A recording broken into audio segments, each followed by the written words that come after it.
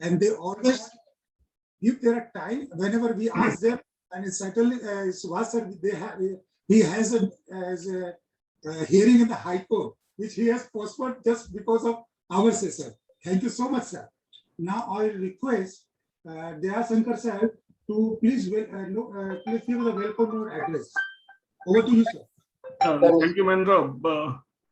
Good afternoon, friends. I welcome you all to today's study circle meeting, where we are going to deliberate on two very important topics, as already told by Mandraji. And, both the topics are very important, and today we'll hear the views of our learned speakers on the same. I welcome you, sir, in today's study circle meeting. Parasji and Subhashji, both happens to be the past president of that professional association. I wish you all happy learning. Thank you very much. Over to Mandraji. Thank you, Bhaiya. As a matter of photo नहीं आ रहा है, क्या बात है? Please, menu. Subhash sir doesn't need any introduction, but as a matter of fact, we have to introduce. Though Subhash sir doesn't need any introduction in particular Kolkata or all over India, but as a matter of fact, I have to read his profile. Rank holder in LLB examination held by Calcutta University in 1992. Enrolled as member of Bar Association in Calcutta High Court in 1999 and started practicing in civil, rate and taxation matter. At present, practices mainly in the income tax litigation field before the CIT appeal, ITAT and High Court, and also appeared before the Supreme Court on several matters. So far, he has appeared in around 7,500 tax litigation matters in last 20 years, and around 250 matters has been reported in various reputed tax journal and websites. Of late, he has handled various Benami law matters as well. Was elected as a committee member of the Income Tax Bar Association, Calcutta twice, and also as a treasurer twice. Was elected president of Direct Tax Professional Association, one of the largest organization of tax practitioners in state India, for the term 2009 and 2010. Has written several research articles on taxation, which has appeared in the reputed journal like the Chartered Accountant, Taxman, Income Tax Report, ITAT Online. He had a regular feature reply on the query on income tax for continuous 3 years in the Army Journal, published by the Association of National Exchange Member of India. Has addressed a large number of seminars on income tax issues on invitation from the bodies like Institute of Chartered Accountants of India, Calcutta High Court Bar Association, All India Federation of Tax Practitioners, Direct Tax Professional Association, Income Tax Bar Association, Commercial Tax Bar Association, is being regularly interested with the task of framing good court problem and is the judging panel of the Justice Dr. D.B. Saraf Tax Good Court Competition organized by the AIFTP and National University of Judicial Science from 2014 onward, where all the prominent law university and college of the country participated. Thank you, sir. Now I request Sumit to offer a flower bouquet to our learned speaker, Subhash sir. Sir, please accept as a token of our love and accept, sir. Very beautiful bouquet. I'm grateful. Thank you, sir. Now over to you, sir. Income tax, we know there is a deeming fiction. So by deeming fiction, you are giving me bouquet.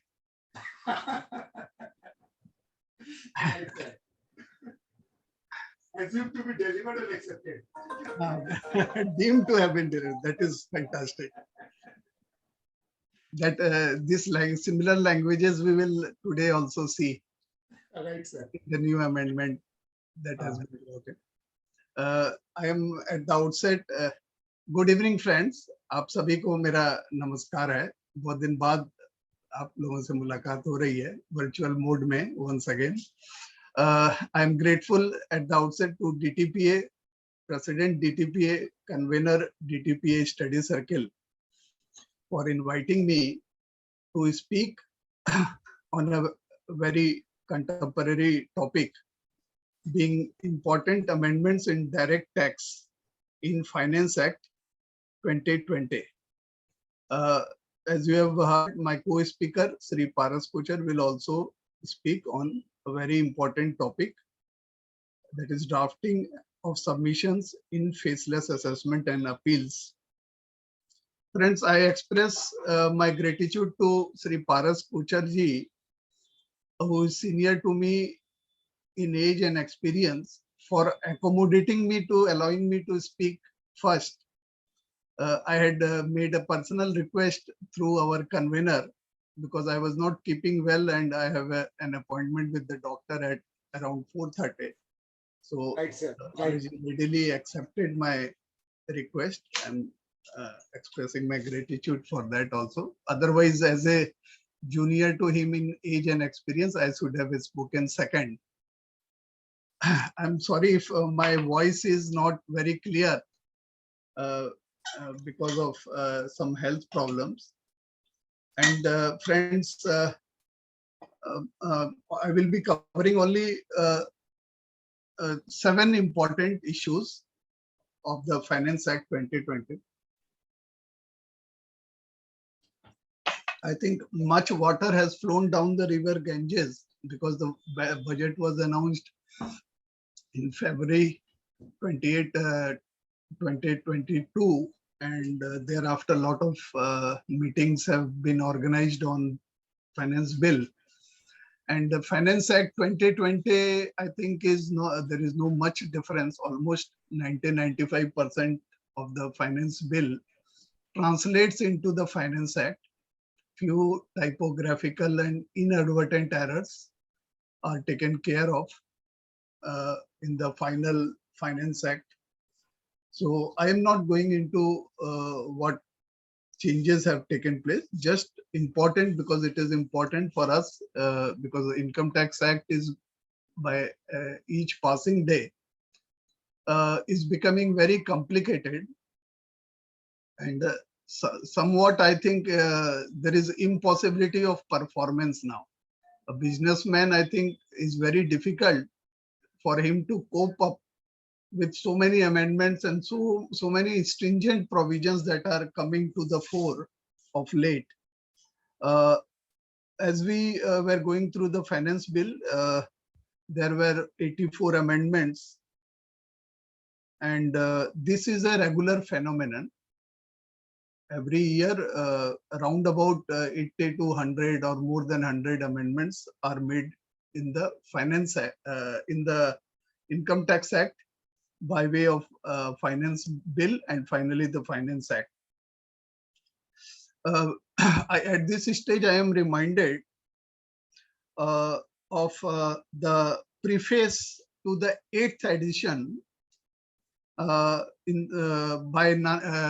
Palkiwala ji in his book Income Tax Law. In the 8th edition, in the preface, he writes, "Today, Income Tax Act is a national disgrace. There is no other instance in Indian jurisprudence of an act mutilated by more than 3,300 amendments in less than 30 years." So he talked about it about 30 years back. Then there were 3,300 amendments in the original Income Tax Act. Now you add more than 33, maybe 4,000. Nobody is keeping track now. We have lost track of the amendments. And then he goes on to say the tragedy of India is the tragedy of waste of national time, energy, and manpower. Tens of millions of man hours crammed with intelligence and knowledge of tax gatherers, taxpayers, and tax advisors are squandered every year in grappling with the torrential spate of mindless amendments. Such beautiful language can come from the legendary Palkiwala only. The feverish activity achieves no more good than a fever. Friends, these are the sentiments, and if Palkiwala would have been here today, I think what is happening in last 5-7 years, I think the businessmen, the other day I was telling because of late I have been regularly appearing before court number 16, the division bench of Calcutta High Court. who is now seized of the penny stock matters. So already 3 days revenue had been arguing, and now our turn will come. So I had been putting some feedback in the mind of the judges that now the way the bureaucracy is making the amendment, the unbridled power that has been given to the revenue, now it will be impossible for the businessman to conduct business. In 10 years down the line, if the current spate continues without any remorse and without any change in the pattern of implementation and amendments in the act, 10 years down the line, most of the small and medium businesses will be finished and will be wiped out. And we all are working, it appears that we all are working for the government of India. Everything seems to be ultimately taken over by the government, with so much of liability being imposed on the taxpayers. Though it is good for the professionals, we might in the short term be happy, but ultimately down the line, if the businessman does not survive, nobody of us will survive. With these few words, now in the right earnest, I open up the topic of the day. First of all, I am discussing about section amendment made in section 68 of the Act. Friends, we all are aware that maximum additions, you might have been receiving faceless assessment orders, and you are preparing all these days, you had been preparing appeals against those orders. So maximum addition, if I am not wrong, you all will agree, is under section 68 of the Act. And we all had been having the benefit of a large number of decisions. Now those decisions are being rendered nugatory by the gradual amendments in the Act. I think somebody in the finance ministry, he is sitting and just he is noting down what are the judgments coming in favor of the SSE, and the attempt is being made to nullify those decisions. So this year, there is a major change in the provision of section 68. First change, major change was brought about by the Finance Act of 2012 with effect from 1/4/2013, where it was said that in case of share capital or share premium, a source of source was required to be proved, except in case of venture capital fund and the company referred to in section 10 subsection 23 FB. Now screws have further been tightened, and fortunately prospectively with effect from assessment year 23-24, that now the source of source is required to be proved for cash credits like loan transactions and other accommodations.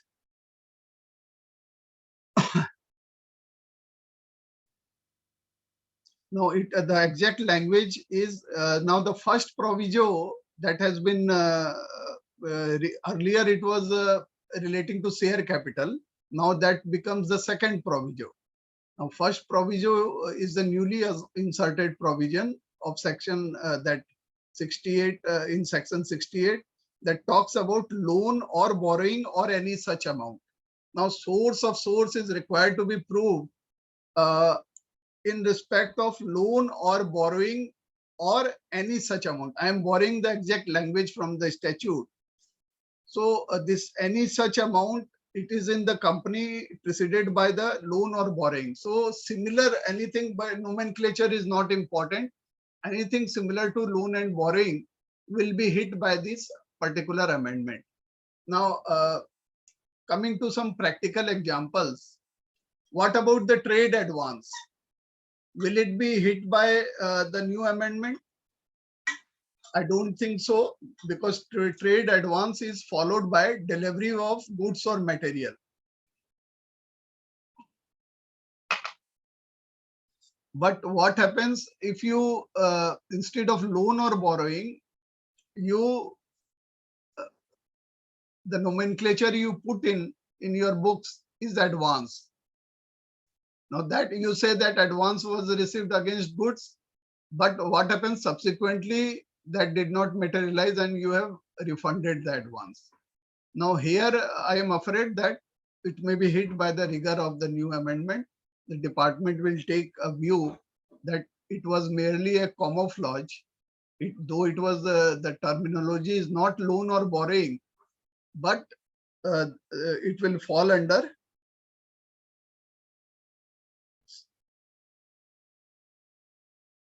that any such amount similar to loan or borrowing, because it has not fructified into delivery of goods, so it is in the nature of loan or borrowing only.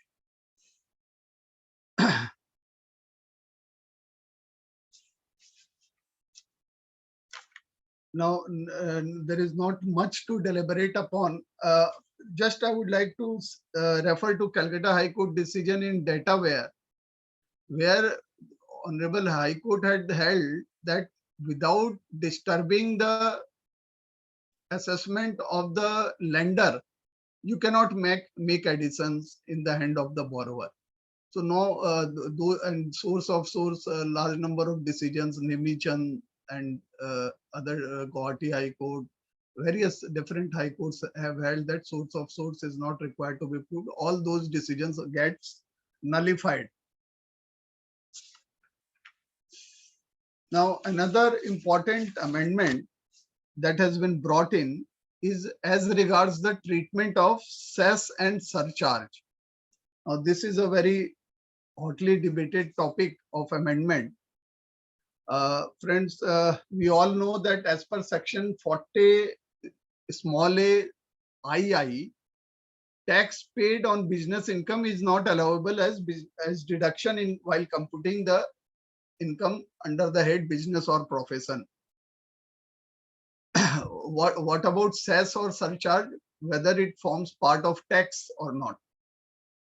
Now, the very interesting scenario, and we look back to 1967, there CBDT issued a circular because according to CBDT, there was only one case brought to the notice of CBDT that grave injustice has been done to one of the taxpayer. What was the grave injustice? It was that the cess and surcharge was disallowed in the assessment. And that CBDT came to know, it issued a circular, and see how far we have traveled from those days and these days. Now CBDT writes in the circular number 91 of 1967, that the select committee earlier, this under section 40A II, with tax word cess was also used for the purpose of making disallowance. But when the bill was referred to the select committee, they chose to remove the word cess. In other words, cess was to be allowed as deduction. Now, CBDT felt that a grave injustice has been done to one assessee around the country. So now for one assessee, they brought in that this injustice should not be done in respect of other assessees of the country. So they said that this should be brought to the notice of all the assessing officer, and the cess has to be allowed as deduction. And this circular was used by various high courts to grant relief to the assessee, and they have held that cess or surcharge will be allowed as deduction, and particularly Bombay High Court, Rajasthan High Court, and various benches of even Calcutta were allowing deduction following this particular circular. Now, recently in October 2021, Kolkata bench of the ITAT has deviated from this more or less settled position in the case of Kanodia Chemicals. And there, Calcutta tribunal reviewed the entire precedents, and then came to a conclusion that the judgments were a per incurium, because the Supreme Court decision in the case of K. Srinivasan was not taken into consideration.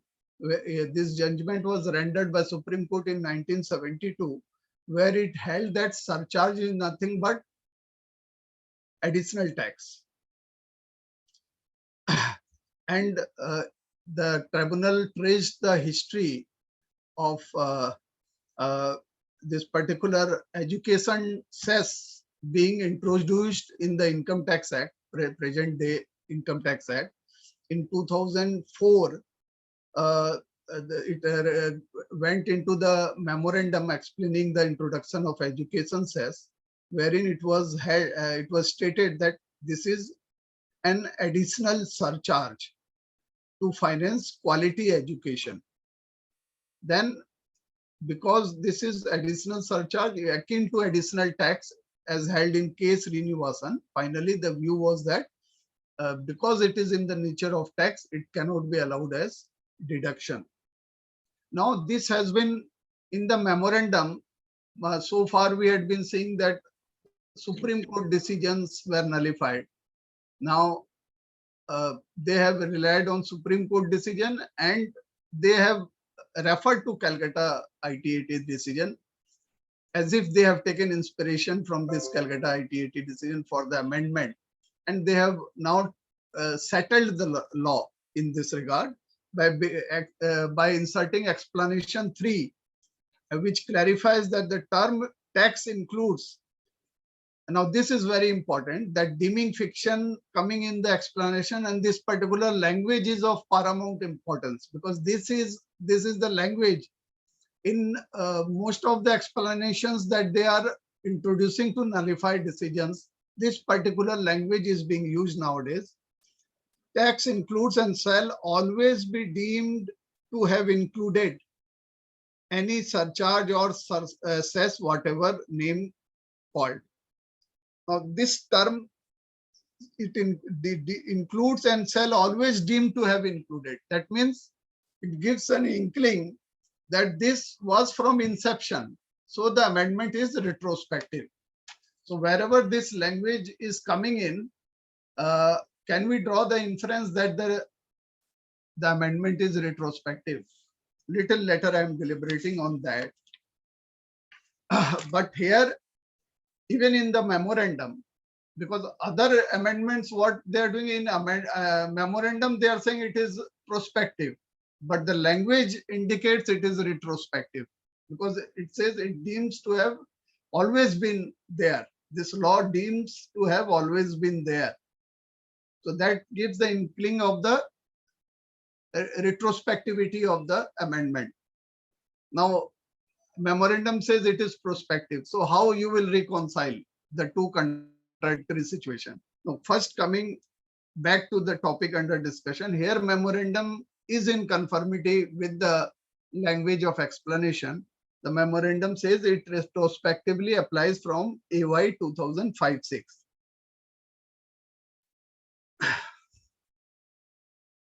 Now, one important aspect of this amendment brought in is further amendment in section 155, subsection 18 has been inserted. Now, it has a far-reaching consequence. Now, power has been conferred to the assessing officer to make disallowance of cess and surcharge by way of rectification where allowance has been made. Now, if we look at the language in subsection 8, it says where allowance has been made. Allowance in what manner? Nothing has been stated. So what implication is there of this particular language?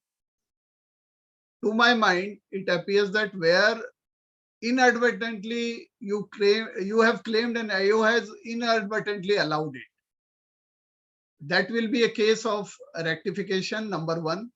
Number two, where the tribunal and court has allowed, that also will be covered. It is not giving a rider that where AO has inadvertently allowed. Even the courts, where the issue has reached finality, you are turning the apple card.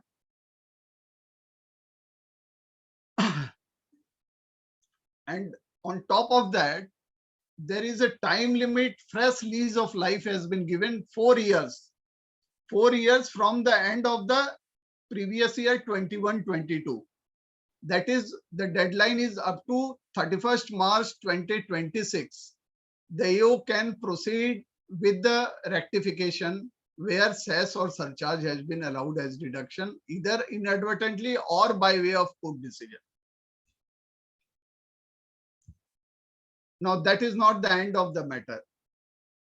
Now, there is it has also been stated in subsection 18 that where it has been allowed, it will be deemed to be under-reporting of income. If High Court has allowed the deduction, still it will be under-reporting of income. So, if you are caught, if AO proceeds with the rectification, then apart from paying the tax interest on that particular amount, you will also have to pay penalty. But what is the escape route? There is one escape route provided, suo moto, before the AO proceeds. A form will be prescribed, and within the prescribed period, you can make recomputation and you pay the amount due along with interest within the prescribed time. I think the forms and other details will be notified by way of rules.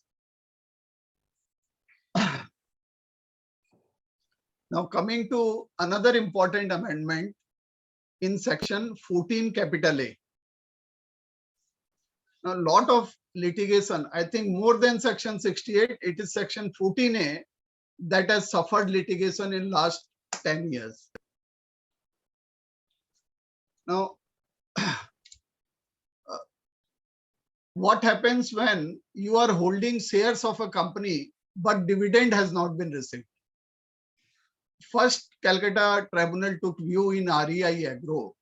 A detailed decision was given where the tribunal held that where dividend has not been received, those shares cannot be taken into reckoning, into consideration for computing disallowance as per Rule 8D.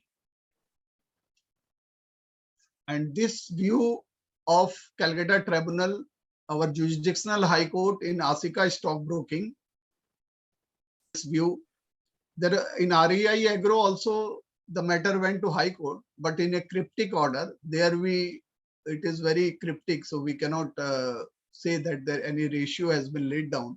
But a detailed order has followed subsequently in Asika stockbroking, and there they have accepted the proposition.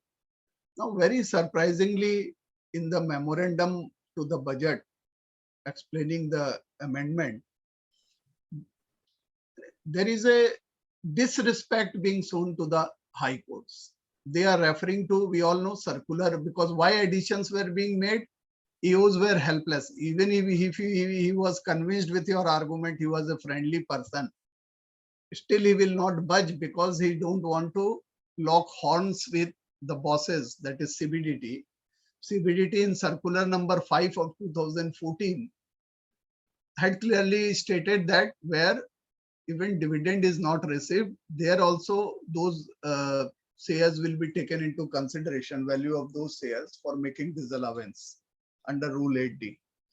Now, clearly the budget papers, I think what sort of training we are giving to the young officers, some young officer must have drafted this. He laments that the board's view has not been taken into consideration and the provision has been misinterpreted by the courts. For the first time, such language I am finding. So where from in last 50 years where we have moved, only God can save us. Now, again, the amendment has been done by way of insertion of explanation below 14A. Again, the same language as in cess has been used here. The provision shall apply and shall be deemed to have always applied in a case where exempt income has not been accrued or arisen or received, and expenditure has been incurred during the previous year, then the disallowance under 14A has to be made, even if the income has not been received. But fortunately, they have not gone too far. Now they are also saying that expenditure has been incurred during the previous year, because some of the AOs are saying in the assessment order, we find that they have taken the deeming fiction too far. Your expenditure debited in the profit and loss is 2 lakhs, and disallowance of, if as per rule 8D, it comes to 5 lakh. They are making disallowance of 5 lakh. The expenditure which you have not claimed, how can you make disallowance of that? So that clarification has come in the explanation. Now, memorandum says it takes effect from assessment year 2022-23. That is March ending. For March ending 2022, when you will file return, you should take into consideration the amended provision. But the language in the explanation is saying otherwise, that it is retrospective. Now, this situation, the same language, if you will recall, in case of Employees Provident Fund, the amendment has come in 3657A and 43B, where similar explanation has been added, saying that the provision shall apply and shall be deemed to have always applied. Now, fortunately, in Calcutta Tribunal and various tribunals, we are winning by citing mainly the decision of Aqua, Supreme Court Division Bench decision, authored by Justice Rohinton Nariman, who just a few months back only, he superannuated. That decision tribunals are following, but I am afraid the matter is now live before the Honorable High Courts. And in Calcutta High Court also, the question of substantial question of law in this regard has been framed and it has been admitted. And the final hearing will take place in months to come. I am somehow wriggling out of the tight situation, because in some of my cases, because there is the difficulty is that now in High Court everything is being analyzed threadbare, and the present team of revenue lawyers are very energetic and they do research work a lot. And I'm afraid that this gold coin decision of Supreme Court will be cited. This is a 3-judge bench decision of Supreme Court, gold coin, where similar language has fallen for consideration, that the provision shall apply and shall deem to have always applied. This particular terminology has fallen for consideration, and Supreme Court has analyzed this language vis-a-vis the memorandum saying that it is retrospective. Now, Supreme Court categorically holds that memorandum is not, when the language of the statute is very clear, we did not refer to the memorandum. Only when ambiguity, because this is a well-settled rule of statutory interpretation, that when there is ambiguity in the statute, then only you will take aid of external aids. But where language is clear, you need not refer to memorandum. So as and when this will be heard by Calcutta High Court and other High Court, I think Provident Fund cases will get reversed. All those pending cases will also be hit, because it is retrospective, and these languages where these languages are used, certainly though memorandum says retrospective, still it will be construed to be retrospective.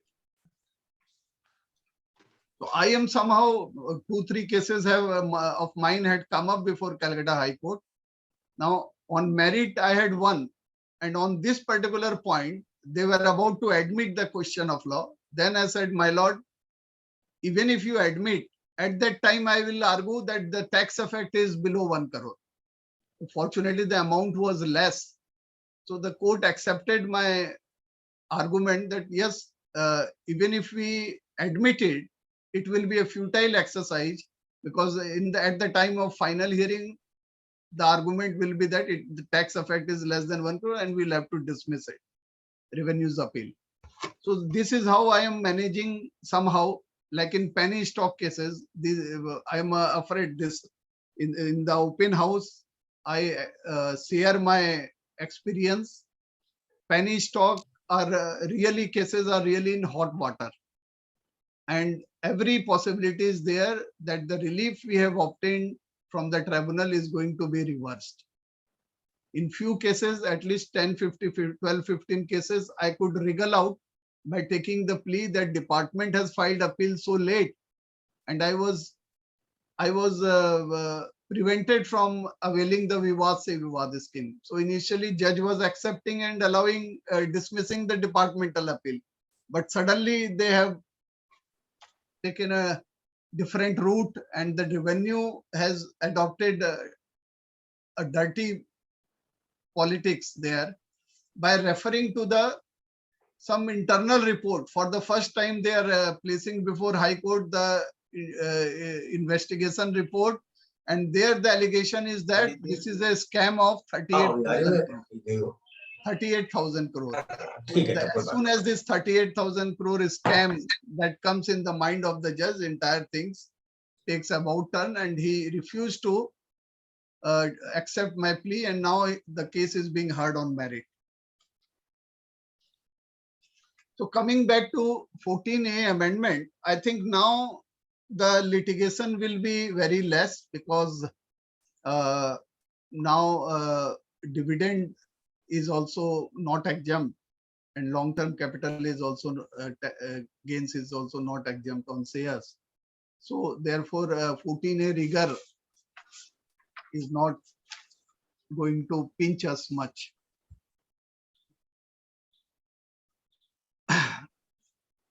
Third is about medical freebies. Though for general people, we don't have some big medical companies as our clients, but I am taking up for my consideration and deliberation, because this is the provision which I liked very much, because now you are putting a break on a very nefarious practice done by the medicine companies. This is one of the bane of the medical profession. Many unwanted, undesirable drugs are being prescribed, and people's health is in jeopardy. Many instances have come, all of you must have seen. My personal experience, I had a severe backache 5-6 years back, so I visited a doctor. After getting so much of tests done, then he prescribes an injection, some calcium injection costing 18,000 rupees then, and said the medical company will come and they will inject it. Unfortunately, now we have Google Baba to make research, all sorts of, apart from income tax, even medical research also we can conduct. So I just happened to check from the Google Baba, and there I got that the side effect may be paralysis of the body. So immediately I discarded and visited other doctor. He said, oh, it was not required. You don't have any such infirmity that you require calcium injection. You have done a good thing. So these things are happening every now and then. And because they get 18,000, I think more than 50% was the doctor's commission. Now these things are rampant. Everybody are suffering because of this. And Medical Council way back in 2002, they imposed a prohibition upon the doctors. They are prohibited from taking gifts, travel facility, hospitality from pharma companies. And the courts, even the judgments are also against the medical fraternity on this count. Even the memorandum refers to some decisions like CAP scan, Punjab Haryana High Court, ITAT Mumbai decision of 2021, as late as 2021, Macleod's Pharmaceuticals, where such freebies given to the doctors by the medicine companies have been disallowed.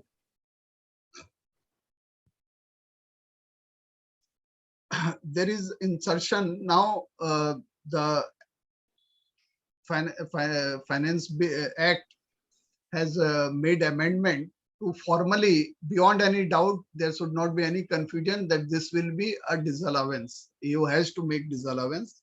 There is no confusion. Explanation 3 has been inserted, where the language is not as in other cases. For removal of doubts, it is hereby clarified that the expenditure incurred by an SSC for any purpose which is an offense or which is prohibited by law shall include and shall be deemed to have always included the expenditure incurred by SSC inter alia to provide any benefit, perquisite, acceptance of which is in violation of any law, rules or regulations, guidelines governing the conduct of such person. The guidelines of the medical, it is directly referring, sorry, indirect way they are referring to the guidelines issued by the medical council that such expenditure is not permissible. So even if by way of guidelines, if something is impermissible, then also that expenditure will not be allowed. And further, there is two more addition in by way of explanation 3, offenses prohibited in India or outside India. Any offense which is not which is prohibited outside India also. So you have to, EOs will have to keep track what is happening in foreign countries, what is the law in foreign countries, and compounding of an offense. That also will not be allowed. And compounding, the very practical example is for the traffic violation. I think a lot of disturbance is there. Now that the businessman is carrying goods by carriage. So if there is a traffic violation, if any, that the traffic sergeant they charges the fee, that is nothing but compounding fee or fine. So something, this is also in violation of law. So those expenses will be disallowed. Now, one of the live issue that is also in the High Court, and I am dealing with several cases. Unfortunately, I'm winning all those cases. There is one group is there, mining group. So the railway punitive charges. They are loading iron ore in the wagons. So at the site of the loading, there the weighing machine is not there. So later on, the railway in subsequent station, they take weight of the material, and they find that the weight is beyond the permissible limit. So on that basis, they are raising bills, and they are charging the punitive charges. The nomenclature is punitive charges because this language explanation 1 is always there. 3 has come in now, incorporating more items. What are the items which can be deemed to be prohibited in law? That more clarification they are giving. But earlier the provision is already there. Something which is prohibited by law, that cannot be allowed as deduction. Now the question arose, this arose before the tribunal, where also I appeared in case of Fee Grade and Company and Runta Mines cases. Their tribunal, I referred to the railway circular, whereby the punitive charges are levied. I said nomenclature is not important. You have to see the substance of the matter. So as per circular, they are charging for the extra weight that has been put in and the distance that has been traveled. Extra weight into the distance, accordingly they are charging. So my plea is always that it is compensatory in nature, and Prakash Cotton Mill Supreme Court holds that something which is compensatory in nature is cannot be said to be fine, penalty or prohibited by law. So you have to go to the crux of the matter and demonstrate Even if it is nomenclature is punitive, it does not become punitive or fine or prohibited by law. If it is merely compensatory in nature, that happens in case of interest also. The interest charged by the sales tax authorities. The judgments have come in this regard, that is compensatory in nature.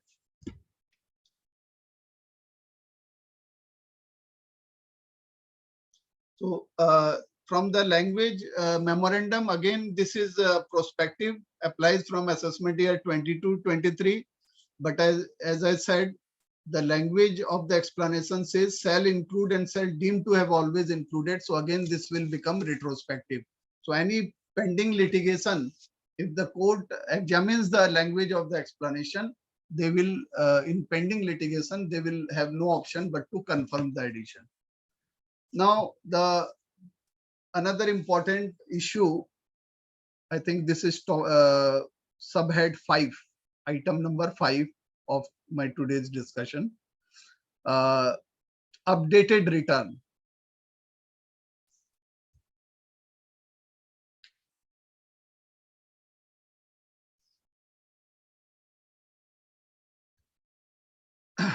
If you remember, friends, in the last budget, timelines for filing belated return and revised return were further shrinked.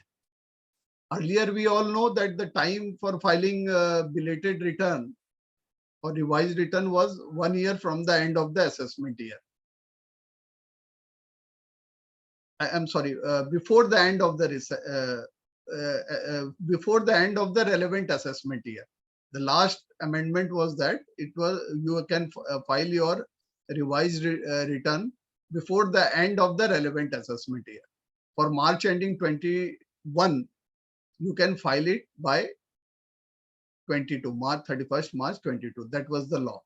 Now, but Finance Act 2021 shrinked it by 3 months. Now, if it is a year ending 31st March 2022, then you can file it up to 31st December 2022. And these facilities were free of cost. For filing revised return, you need not pay any further tax or fee or surcharge or anything of that sort. Now, in section 139, a new subsection 8 capital A has been inserted. Now, a very long rope has been given to you. You can file your revised return, and the new nomenclature is updated return, up to 24 months from the end of the assessment year. Now, if it is 31st March 2021, you can file it up to 31st March 2024. But it comes at a cost. If there is up to 12 months from the end of the relevant assessment year, you have to pay 25% of the tax along with interest. 234 ABC interest, tax, 25% is the additional levy that you will have to, they call it additional tax. And if it is between 12 to 24 months from the relevant assessment year, you have to pay 50% of the additional cost, additional tax.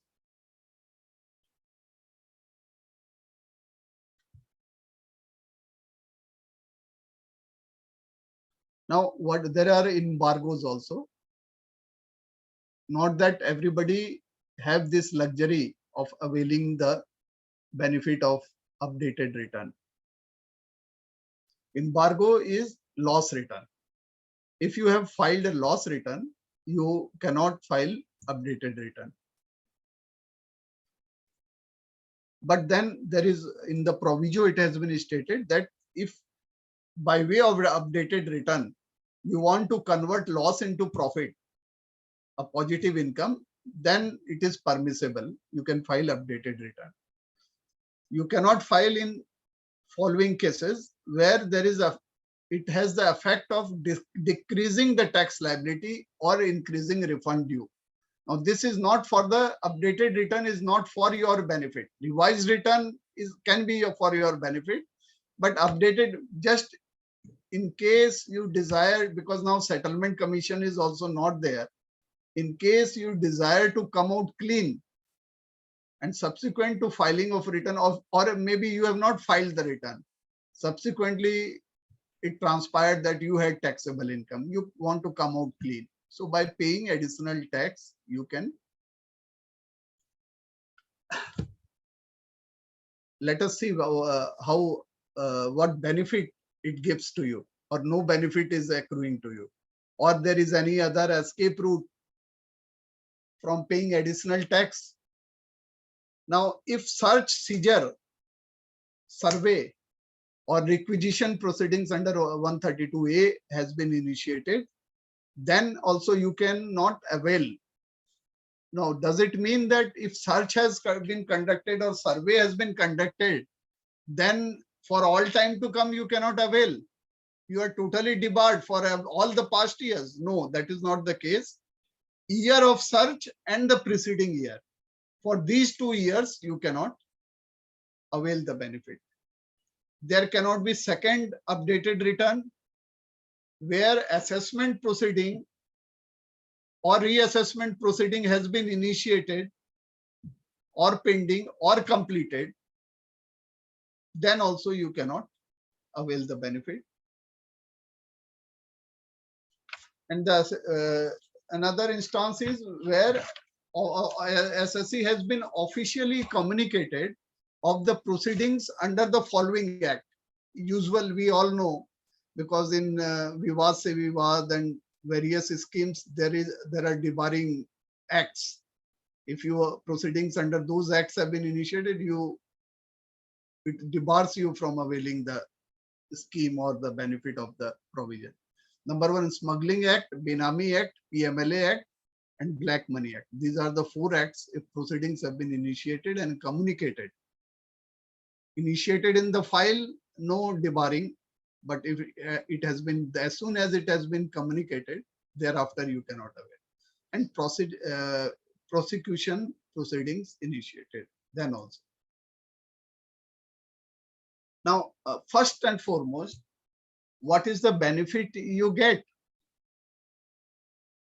Is there any consequential amendment made in section 270 capital A or various penal provisions relating to search? Because preceding years you can avail.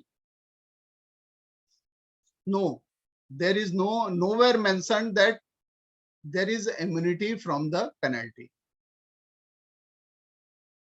So that risk is still there. After paying so much of additional tax, still you are at the danger of being imposed the penalties under section 270 capital A.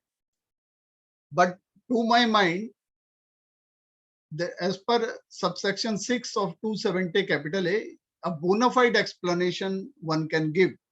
So you can always say that before I was caught, this was a suo moto exercise. There was no consciousness, but then this is prone to litigation. Because we all know 270 capital A, there is no judgment on this particular section. It is newly introduced section. 271 1C they have discarded. Now, what about prosecution? Is there any exemption from prosecution? Because this has no speaker has examined from the angle of prosecution. I happen to examine section 276 capital CC, double C, failure to furnish return of income in due time.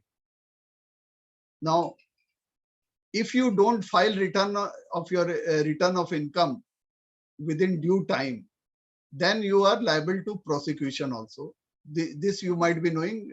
Not very often it is used, but in some cases this provision has been in. We don't know future. Now the way they are tightening the screws, many cases they may institute prosecution proceedings in this regard if return has not been filed in time. Now, but there is exception provided. I'm just reading the general provision, then I would come to the specific provision relating to 8A. The general provision says that if in the proviso it says that if return is not furnished before the expiry of assessment year, then prosecution can be launched. So up to the expiry of assessment year, before expiry of assessment year, even if you have not filed it under 139(1), but you before the expiry of assessment, if you files, you get immunity from the prosecution. And now a newly inserted provision, 139(8)(a), it finds place here also. It has been added to the exception category that if you have availed the benefit of 139(8)(a), that is filing of the updated return, then also prosecution for non-filing of return will not be launched. So now, to my mind, it appears that only where you have not filed return at all, return of income at all, then you avail 139(8)(a), then you are immune from prosecution proceedings. And you can also take a plea in 270A proceedings that before I was caught, my bona fide is proved, I have paid additional tax, then penalty also should not be in it. But then it has yet to be tested in a court of law. We don't know how the tide will turn. I am not expressing any opinion on this. Now, there is one alternative route that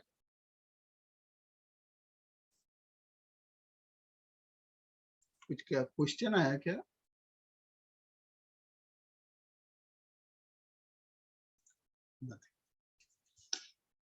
question नहीं है sir. अच्छा, ये without going for updated return, normally क्या होता है? In our day-to-day life, before this provision came in, many a times when a vital income has been missed out, it was detected, and time for filing revised return, belated return has gone. Then we normal practices, we write to the assessing officer, sir, look, inadvertently I missed this out. You kindly issue 148 proceedings. So that option has not been debarred. We can avail that option also. And in penalty proceedings, we can also argue that, look, before anything was detected, suo motu I have offered the income, so no penalty should be levied. And judgments are in favor of the assessee in this regard. So why to pay additional tax of 25% or 50%? It may come out to be a huge sum. When big amounts are involved, tax and interest, it may turn out to be a huge sum. Only where return of income has not been filed, to my mind, then it is a beneficial provision in as much as the prosecution cannot be launched against you. Otherwise, to my mind, it appears that it has no benefit as such. Subject to correction by other seniors who are in the audience.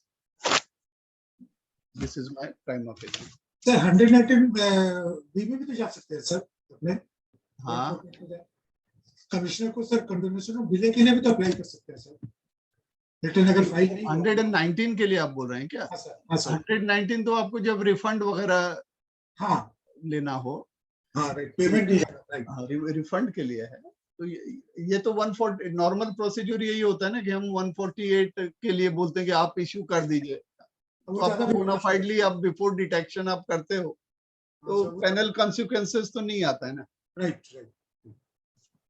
हाँ, लेकिन prosecution का एक risk रहता है उसमें, क्योंकि prosecution तो बोलेगा कि आप पे रिटर्न तो आपने फॉल्स ही दिया है. हाँ.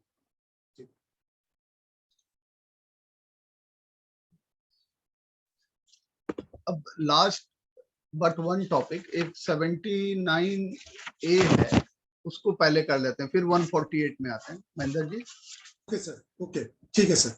छोटा है 79 है, उसके बाद थोड़ा 148 कर लेंगे, ये ज्यादा Okay, sir. इम्पोर्टेंट है। तब तक मेरा सर टाइम भी 4:30 सर।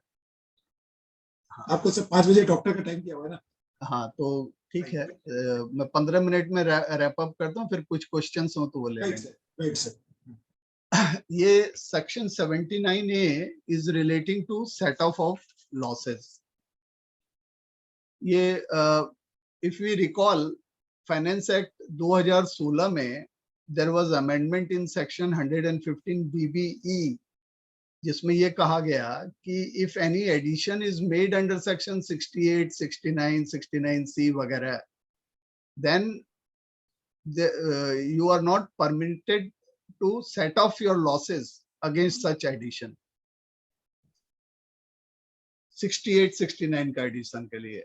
अब ये 79A में ये थोड़ा सा इसी डायरेक्शन में और फर्दर डिपार्टमेंट मूव कर रहा है। तो जितने भी आपको टैक्स प्लानिंग है, बेनिफिट्स हैं, वो धीरे धीरे सब कर्टेल हो रही है। आपका जैसे undisclosed income pursuant to search, survey, requisition, if any undisclosed income is found and addition is made on account of undisclosed income, तो अपने क्या करते थे कि brought forward losses, brought forward unabsorbed depreciation या करंट ईयर लॉस, उससे पहले तो disclosure we used to give, then यदि कोई हमारा लॉस है तो उससे हम उसको सेट ऑफ कर देते। That is not permissible now, and they have used the language where any addition is made on account of undisclosed income pursuant to search, survey, requisition, there cannot be allowed any set off of loss, whether brought forward or otherwise, or unabsorbed depreciation against such undisclosed income. Exact language नहीं है, लेकिन मैंने उसको थोड़ा simplify किया है। तो ये जो बोल रहा है whether brought forward or otherwise, तो otherwise में आपका माने इसमें कहाँ आप हिट हो रहे हैं कि आपका करंट ईयर में जेन्युइनली कोई बिजनेस लॉस है तो वो भी आपका सेट ऑफ नहीं हो। Not only brought forward will not be set off, even current year loss and genuine business loss, that also will not be set off against the undisclosed income that has been added pursuant to search, survey or requisition. और undisclosed income इन्होंने define किया है। Now here there is another problem that is coming up. It has been defined to be any undisclosed money, bullion, jewelry, valuable वगैरह, an entry in the books of in the books or document not recorded on or before search, survey in the regular books. आपने ऐसा कोई practice कर रखा है कि एक कच्चा कैश बुक मेंटेन कर रहे हैं, फाइनली वहां से आप रेगुलर बुक्स में एंट्री कर रहे हैं या टैली में एंट्री कर रहे हैं, वो आपका यदि कुछ पेंडिंग रह गया entry, that will be deemed to be undisclosed income. तो वो जो है वो इनकम के अगेंस्ट में भी आपका कोई लॉस सेट ऑफ नहीं हो।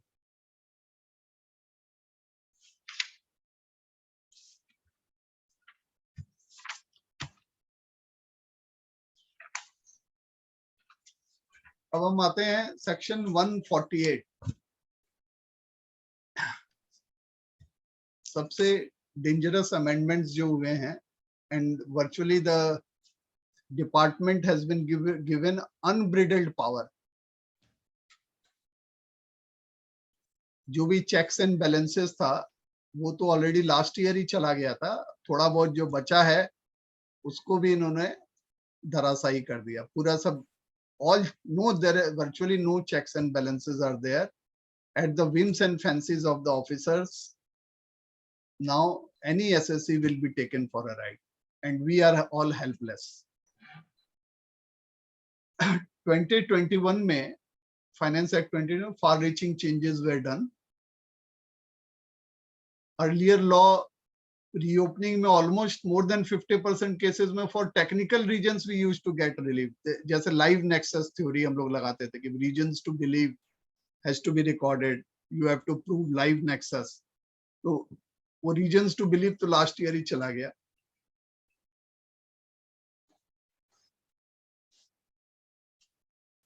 क्या उसके जगह लास्ट ईयर आया? लास्ट ईयर आया कि notice can be issued only on the basis of information with the AO suggesting income chargeable to tax as escaped assessment. Now, instead of regions to believe, if they have any information suggesting income chargeable to tax, they can reopen, very well they can reopen. एक SSC आया मेरे पास दौड़ा दौड़ा, उसका मैंने show cause देखा। अब वो उसमें 24 घंटे का टाइम दे रखा है, वो 24 घंटे के बाद आया मेरे पास। अब मैं तो देख के मैं डिप्रेशन में आ गया। This is the way the department in future will move. सब बिजनेस बंद हो जाएंगे। क्या बोल रहा है कि उन्होंने क्या रीजन्स दिया है? Whether the rice bran manufacture, rice bran oil होता है उसके मैन्युफैक्चरर हैं। क्योंकि अभी लास्ट ईयर ये एक तो अमेंडमेंट आ गया, information suggesting income chargeable to, तो इंफॉर्मेशन आना चाहिए। ठीक है, इंफॉर्मेशन आ रहा है, विंग से आ रहा है इंफॉर्मेशन। क्या बोल रहा है विंग? कि राइस ब्रान इंडस्ट्री में यील्ड 24% है। अब वो कहां से 24% लाया ये भगवान जाने। आपकी यील्ड 23% है, तो हम बैक कैलकुलेशन करते हैं तो उसमें आप 3 करोड़ रुपया का टैक्स इवेजन है। So AO writes, this is the information suggesting escapement we received from the wing. तो विंग में अब एक ऐसा बना देगा सेक्शन। हमने तो हाई कोर्ट में खड़ा होकर रेवेन्यू वाले जो लॉयर्स हैं उनके तरफ देख के मैंने, आप भी सेफ नहीं है भाई साहब, आप जो कूद कूद के आर्गू कर रहे हो कि मारो सब एसएससी को। कुछ दिन में ये होने वाला है, मेरे पास इंफॉर्मेशन है कि वो हाई कोर्ट की वेबसाइट में जाएंगे, बोलेंगे मिस्टर सो एंड सो मित्रा साहब, आपने 100 मैटर्स में हाई कोर्ट में अपीयर आप हुए, एवरेज में 10 अपीयरेंस हुआ पर मैटर में, तो 100 इंटू 10,000 हो गया। और टैक्स बेंच का स्टैंडर्ड फीस हम बनाते हैं कि क्या फीस होना चाहिए। जेपी खेतान 2.5 लाख रुपया लेते हैं, तो चलिए आप ऑर्डिनरी लॉयर हैं तो आपका 1 लाख पकड़ते हैं, तो 1,000 इंटू 1 लाख, मतलब your return income should be 10 crore. और अब भाई साहब आप तो 20-30 लाख रुपया दिखाते हो, तो बाकी तो आपका अनडिस्क्लोज्ड इनकम है। तो हम बोले इवन द लॉयर्स, आप पेनी स्टॉक स्कैम की बात कर रहे हैं, यहाँ 38,000 करोड़, यहाँ 1 लाख करोड़ का लॉयर्स स्कैम निकलने वाला है। तो डिपार्टमेंट इस तरह से बैक कैलकुलेशन करे। पेनी स्टॉक में भी यही कर रहा है कि वो पूरा टर्नओवर उन्होंने वो डाटा जो बनाया था 38,000 करोड़। मेरा आर्गुमेंट होगा तो मैं ये पॉइंट आउट करूंगा कि ये डाटा देखिए, ये टर्नओवर निकाला उन्होंने वेबसाइट से कि ये 84 कंपनी डिपार्टमेंट ने आइडेंटिफाई कर ली, हाँ ये पेनी स्टॉक है जिसका प्राइस एबनॉर्मली, अरे प्राइस तो शेयर मार्केट में हर चौथा स्क्रिप्ट का अप डाउन होता है। वो कैपिटल मार्केट से मैंने चार्ट बनाया कि मैं बोला कि 50% स्क्रिप्ट में जो है 200 से लेके 1 साल में 500% तक का राइज फॉल आ जा रहा है। तो आपका वो क्राइटेरिया है तो every investor is a thief, is a tax evader. तो सर ये जो चेक्स एंड बैलेंसेस जो हटा दिया है, बिजनेसमैन अभी भी सोए हुए हैं, हम लोग खाली लड़ते हैं उनके लिए, पर उनको पता नहीं है उनके सब बिजनेस ये बंद करने वाले हैं। अब अच्छा, ये उन्होंने कहा लास्ट ईयर कि information suggesting income chargeable to tax as escaped assessment, माने खाली इंफॉर्मेशन में ये सजेशन होना चाहिए। अब वो लाइव नेक्सस वगैरह का कोई जरूरत नहीं है। और एक्सप्लेनेशन 1 क्या बोल रहा है कि what is the information? Any, 2 type का इंफॉर्मेशन उन्होंने लास्ट टाइम रेफर किया था। Any information flagged in the case of SSC in accordance with risk management strategy formulated by the CBDT, flagged in accordance with risk management strategy। और दूसरा था final objection raised bye CAG। अब वो भाई जो वहां बैठा हुआ है, जो ये जो बांस लगा रहा है सबको, जो अमेंडमेंट कर रहा है, जो उनकी जो कमिटी है, कौन है पता नहीं, सलाम है उनको। उन्होंने कहा कि अरे यार ये फ्लैग्ड वर्ड भी तो साला एक अड़चन पैदा कर सकता है। यहाँ के जो हमारे भारतवर्ष के जो प्रोफेशनल है वो बोलेंगे flagged by the in accordance with, तो आपका तो दिस इज नॉट फ्लैग्ड मतलब क्या, रेड फ्लैग रेज करना, मतलब पोर्टल में कोई एक सीबीडीटी स्ट्रेटेजी बनाएगा, उसके हिसाब से इंफॉर्मेशन जो भी आएगा उसमें अलग से वो मार्क्ड रहेगा कि ये रेड फ्लैग है, यहाँ पर आप रीओपन करिए। तो वो फ्लैग करना भूल गया, इंफॉर्मेशन और कहीं से आ गया, तब तो बच के निकल जाएगा। तो फ्लैग वर्ड को भी हटा दिया यहाँ से।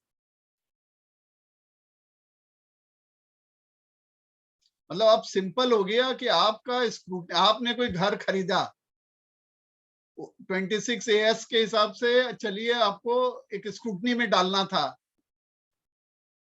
स्क्रूटनी में डालना आप भूल गए, आपका रीओपन कभी भी 5 साल बाद कर देंगे वो। स्क्रूटनी का सब्स्टिट्यूट होगा, अब स्क्रूटनी की जरूरत नहीं है, सब रीओपनिंग होगा, ब्याज भी मिलेगा सरकार को ना रीओपनिंग में। स्क्रूटनी में तो कम ब्याज मिलता है, 5 साल बाद खोलिएगा तो वो एसएससी को दिवालिया घोषित करने में बहुत आराम मिलेगा, ब्याज वाज लगा के वो पैसा ही नहीं दे पाएगा। 20% ले लीजिए उससे, तो जो थोड़ा बहुत बिजनेस कर रहा है वो भी बंद हो जाएगा।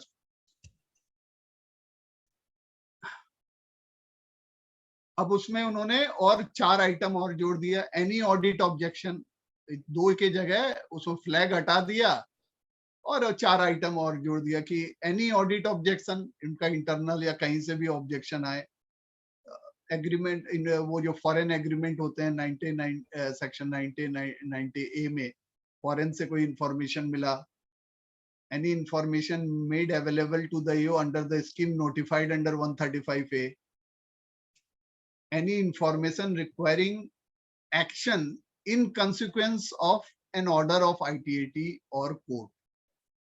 अब मान लीजिए कि आपने जॉइंट नेम में अपनी वाइफ के साथ हाउस खरीदा, पैसा आपने दिया है, एडिशन हो गया वाइफ के हाथ में, अब वो मैटर ITAT में गया, ITAT कहा कि भाई ये तो वाइफ के हाथ में होना ही नहीं था, ये तो आपको एओ के हस्बैंड का देखना था कि वो इन्वेस्टमेंट किया है कि नहीं। तो अब वो एओ का इस बेसिस पर, कोर्ट के ऑब्जर्वेशन के बेसिस पर दे कैन रीओपन।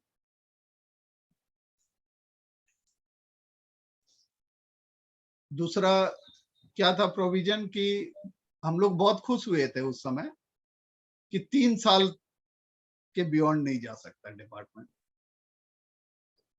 और सर्च केसेस में 3 साल तक ऑटोमेटिक डीम्ड आपका एस्केपमेंट माना जाएगा और रीओपन हो जाएगा 3 साल तक। चलो कोई तकलीफ नहीं था 3 साल तक।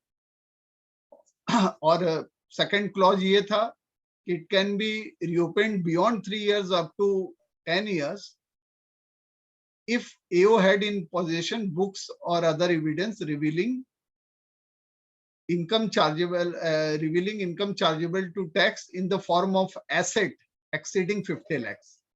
तब भी हम ज्यादा व्यथित नहीं हुए थे, क्योंकि चलो जब डिपार्टमेंट के हाथ में कोई ऐसा इंफॉर्मेशन है, एसेट मतलब 69 का एडिशन है, 69C का एडिशन, 69 का ही एडिशन है, C भी नहीं था, क्योंकि एसेट डिफाइंड था कि immovable property, shares and securities, loans and advances on the debit side. अब जो लिया है 68 नहीं था उसमें, 69 था, किसी को लोन्स आउट ऑफ बुक्स है वो एडिशन हो गया। Deposits in bank, certain items could have been, वो एसेट इन दिस फॉर्म में यदि एसेट है तो 10 साल तक रीओपन हो।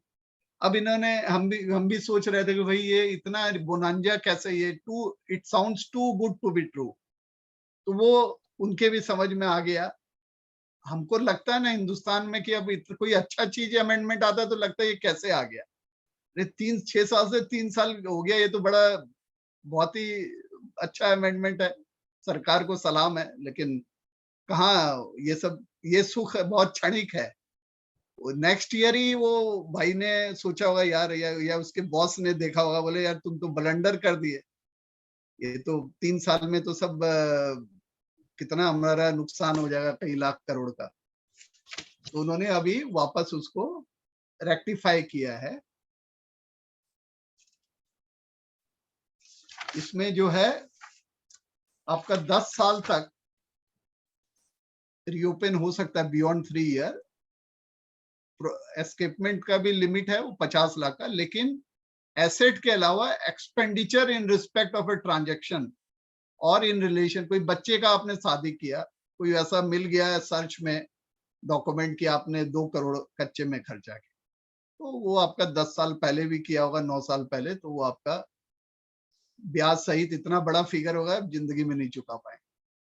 Any entry in the books of accounts, कोई एंट्री है जिससे ये हो रहा है कि ये एस्केपमेंट ऑफ इनकम है, जैसे बोगस एक्सपेंडिचर है, या आपने कहा कि डिपार्टमेंट वाला जमा खर्ची लिया है, 5-8 साल पुराना भी है, तो आपका जो कि हो रहा है, अभी सब नोटिसेस आ रही हैं, तो पुराने सब असेसमेंट रीओपन हो रहे हैं।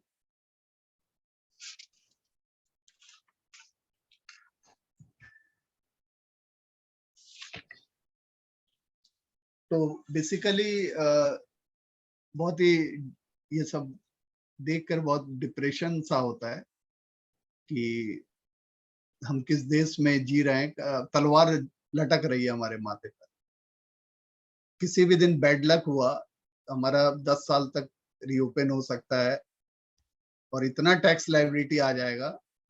अब ये 68, 69 रेड विथ 115 बीबी, अरे किसी को बिजनेस करो तो लोन मत लो भाई। अब बिजनेसमैन को आपको स्पिरिचुअलिज्म सिखाना होगा, छोटा सोचो, बड़ा मत सोचो। अब you live with in your means, और बहुत अच्छा हो यदि कमंडल लेके आप हरिद्वार वगैरह चले जाओ। ये सब क्यों मोह माया में फंसे हुए, सब तो सरकार का है।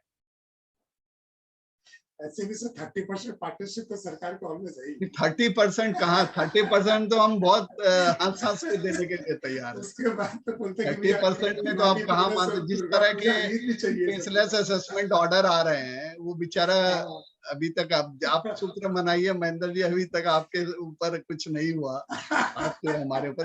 अभी प्रोफेशनल लोग हम लोग थोड़ा बहुत हंस लें, इन घास तो अपने ऊपर भी गिरने वाली है, कभी भी आ सकती है। बहुत टेंशन है सर अभी तो। अब घर ले लो, उनका सब इंफॉर्मेशन ही गलत होता है।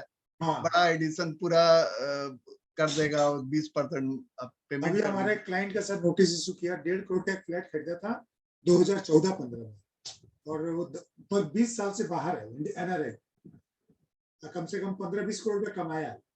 उसके बाद भी नोटिस भेज दिया, उसको रिप्लाई दिया, उसके बाद भी कंफर्म करके भेज दिया कि 10 साल बियॉन्ड 50 लाख से ऊपर का मैटर ओपन करो। तो आ जाएगा उसका 1-1.5 करोड़ का लायबिलिटी आ जाएगा। वो जिंदगी में 20% भी नहीं देने के लायक है आदमी, तो अटैच कर लीजिए, जो उनका लाइवलीहुड है उस पर पेट पर लात मार दीजिए, गला घोंट के मार दीजिए। 1.25 करोड़ रुपया ईयरली सैलरी है उसका, वहां पे वो अटैच कर लेंगे ना, सैलरी अटैच कर लेंगे, उनका क्या करें। तो फ्रेंड्स, आई थिंक जो इम्पोर्टेंट जो इश्यूज था, to the best of my ability, though I had a constraint of time for preparation, Mahendra ji ने तो पूरा समय दिया, लेकिन यदि कुछ कमी रही है तो मैं क्षमा चाहता हूँ, लेकिन कुछ क्वेश्चंस भी कैन सारा चीज कवर किया sir. Any participants have any query or any question, they can mute themselves and ask the question.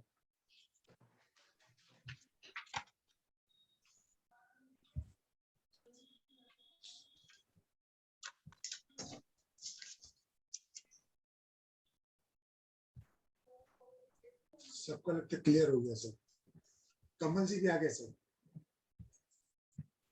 Kamal sir नमस्कार। राजेश जी, आप कुछ पूछना चाह रहे हैं सर? ये पहले तो अनम्यूट करिए।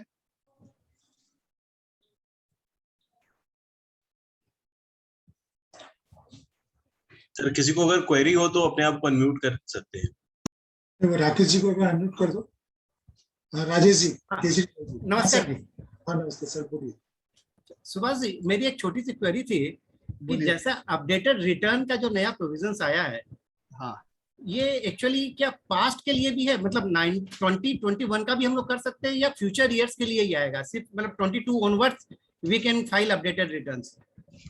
इसमें तो देखना होगा, ये 21-22 का I think you can do it, we can do.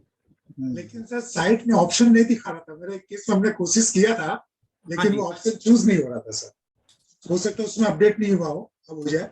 हाँ, तो अभी इसके तो फॉर्म वॉर्म भी आने बाकी है ना। हाँ, सुशील जी का। अच्छा सर, और एक क्वेश्चन था इसी के साथ। हेलो। हाँ हाँ, बोलिए ना। हाँ, बोलिए। अब जैसा आपने कहा था ना कि 148 के लिए भी हम लोग जा सकते हैं instead of going for the updated return.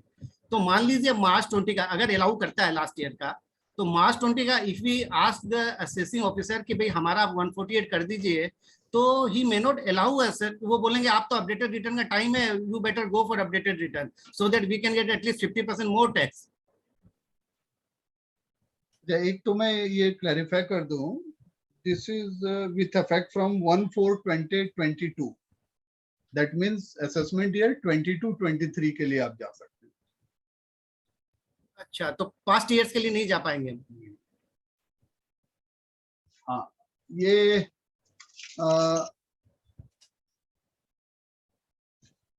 देखिए, आपने एक चिट्ठी लिखा आईटीओ को कि ये हमारा 2 करोड़ रुपया जो है गलती से मैंने रिटर्न में इंक्लूड नहीं किया, सो काइंडली इशू 148।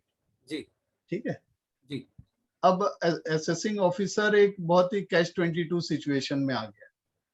वो यदि आपको बोलता है कि you avail 8A 139(8A) correct, और आप बोलेंगे, आप चुप मार के बैठ गए, हाँ। तो ऑफिसर की नौकरी खतरे में नहीं आ गई? Correct sir. मतलब कई अमेंडमेंट ऐसे आते हैं ना कि जो बनाने वाला है वो भी नहीं कंसिक्वेंस सोच पाता है, हम लोग पहले सोच लेते हैं। अब आपको क्या नुकसान है? जिस दिन वो 148 इश्यू करेगा, पेनल्टी में आपके पास प्ली है कि हमने ये चिट्ठी देखी है, हमने लगाया बिफोर 148, और वो नहीं करता है तो आपका तो बल्ले बल्ले है, मजे मजे करिए। सर उसमें लेकिन जो आपने जो पेनल्टी वाली जो बात बोली ना, तो हो सकता है कि वो उस समय पेनल्टी लगा देगा। वो बोलेगा मैंने तो आपको दिया था कि आप 139(8A) में लगाइए, आपने नहीं फाइल किया। 139(8A) में भी तो वो यही बोलेगा ना कि कहाँ इम्यूनिटी दिया हुआ है। हाँ उसमें भी तो आपको लड़ना पड़ेगा। हाँ जी, लड़ना तो उसमें भी है। हाँ, तो बिना एडिशनल टैक्स दिए लड़ने में ज्यादा मजा आएगा। Correct sir, correct. Thank you sir. Sushil ji unmute करिए अपने आप को। सुशील जी अनम्यूट करिए। हाँ सुभाष जी। अरे सुशील जी, वो है, आ रही क्यों आवाज? तकलीफ कहते हैं तो फोन से ही पूछ लेता, संबंधी जी होते हैं। तो पूरा पूछ रहा हूँ, आनंद ही अलग है ना। हेलो, मैं किसी फोन आवाज से आ रही थोड़ा है? सा फीस मांग लेता हूँ। हेलो, आवाज आ रही है? हाँ, आ रही है। हैं? बोल। हाँ, मैं बोल रहा था कि ये जो अभी फेसलेस असेसमेंट जो है, मोस्टली जो है 2-3 बातें हैं इसमें। एक तो 144/147/144B, ठीक है। तो ये 144 में सोकोज जो हो रही है, सोकोज के साथ ही 144 की ये लोग और माने लगा के भेज देते हैं। 24 मार्च को भेज दिया, 25 मार्च की रिप्लाई की टाइम है, 26 मार्च को सेम ड्राफ्ट ऑर्डर जो है अपने पास में आ गया, जो कि ऑलरेडी 24 को सोकोज में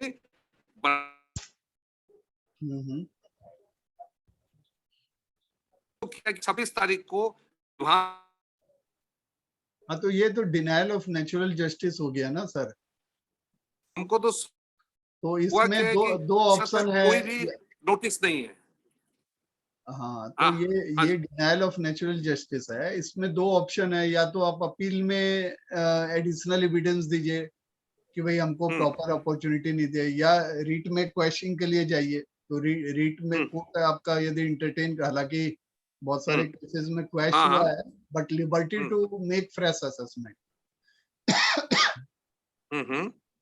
तो अच्छा, एक रीट में भी ट्राई कर सकते। नहीं तो इस पर डिपार्टमेंट का जो है फेसलेस की स्कीम है, जिस पर हम लोग आज बैठे हैं चर्चा करने के लिए, मेरे को ये बताइए ना कि इस स्कीम में फिर सिस्टम कहाँ है, फॉलो हो रहा है? टेक्निकल सेक्शन है, रिव्यू सेक्शन तो है, ये रिव्यू ऑफ द ड्राफ्ट ये ऑर्डर है। सर, आप थोड़ा सा तो वो अपना कहाँ हो रहा है? प्रश्न को आपने प्रीपोन कर लिया सर। थोड़ा सा डेफर करिए, पारस जी का सुनिए, और पारस जी आपको बहुत अच्छा जवाब देंगे। ये मेरे ये हाँ। मेरे जुरिस्डिक्शन के बाहर है सर। ये हाँ, महेंद्र है? जी पेनल्टी लगा देंगे, बोले आपके जुरिस्डिक्शन के बाहर की चीज सर, ये आप क्वेश्चन सेकंड सेशन का हो गया, उसमें करेंगे अपने। हाँ, Any participant you have any other question? Mahadev जी शायद कुछ पूछ रहे हैं। महादेव जी, आदि जी अनम्यूट करिए।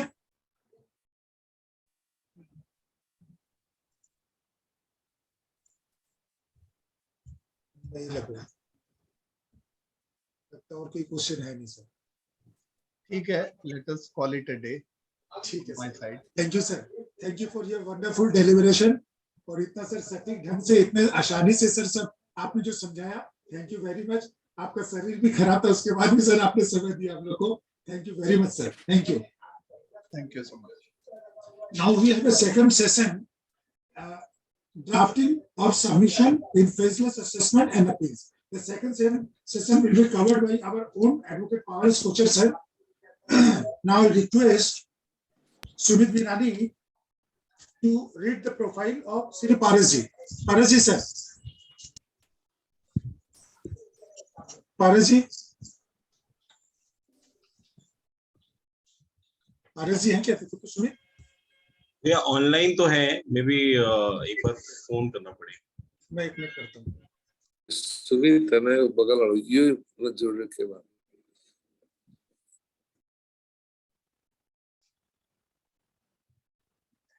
हेलो, अरे मैं तो हूँ ना यार, मैं तो हूँ ऑलरेडी। हाँ हाँ सर, नमस्कार sir.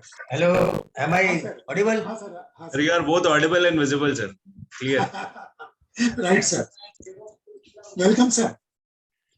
Now request Sumit to read the profile of our own learner Paras Kocher, though he does not need any introduction. We have heard him from our very own, the time from where we are doing our practice. We are listening to him, we are hearing him, and we are learning from him. Now, Sumit, please read the profile of our Paras sir. Thank you so much, Mahendra Bhaiya, and I'll try to introduce Paras ji, though he does not require any introduction.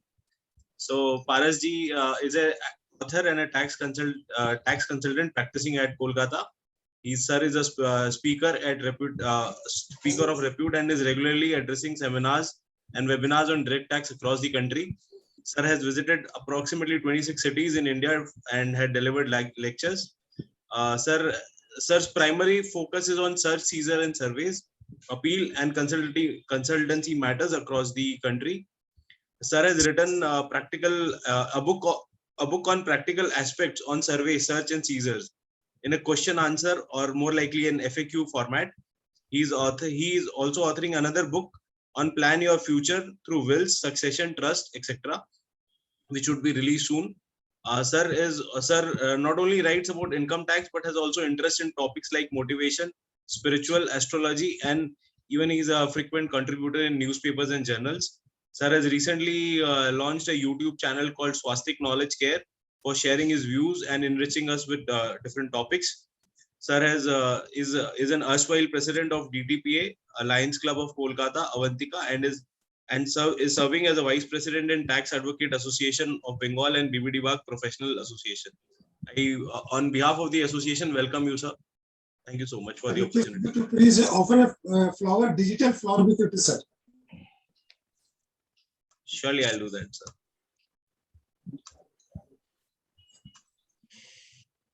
So, sir, a small. Sir, please accept, sir.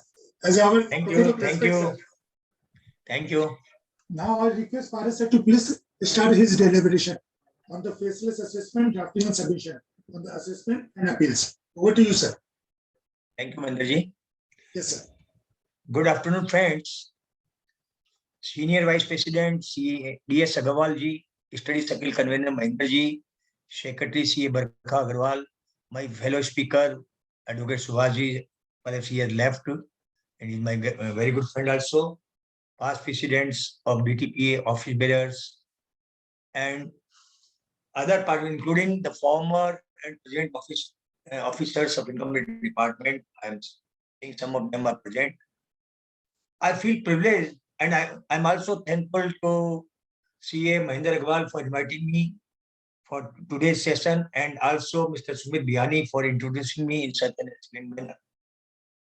I feel privileged in getting this opportunity to share my views in this webinar on drafting of submissions in faceless assessments and appeals organized by DTPA, which is my own association of which I am past president. Friends, this is a very peculiar topic, peculiar subject. You will not find in any book or any journal as regards the drafting of submissions and in faceless regime is concerned. The CBDT duly notified e-assessment scheme 2019 is sought to impart greater efficiency, transparency, and accountability by eliminating the interface between the SSC and the tax authority, and by introducing a team-based assessment system built around technology-driven processes and functional specialization. Similarly, faceless appeal scheme 2021 has also been notified subsequently, which has been made effective from 28 December, I think, 2021.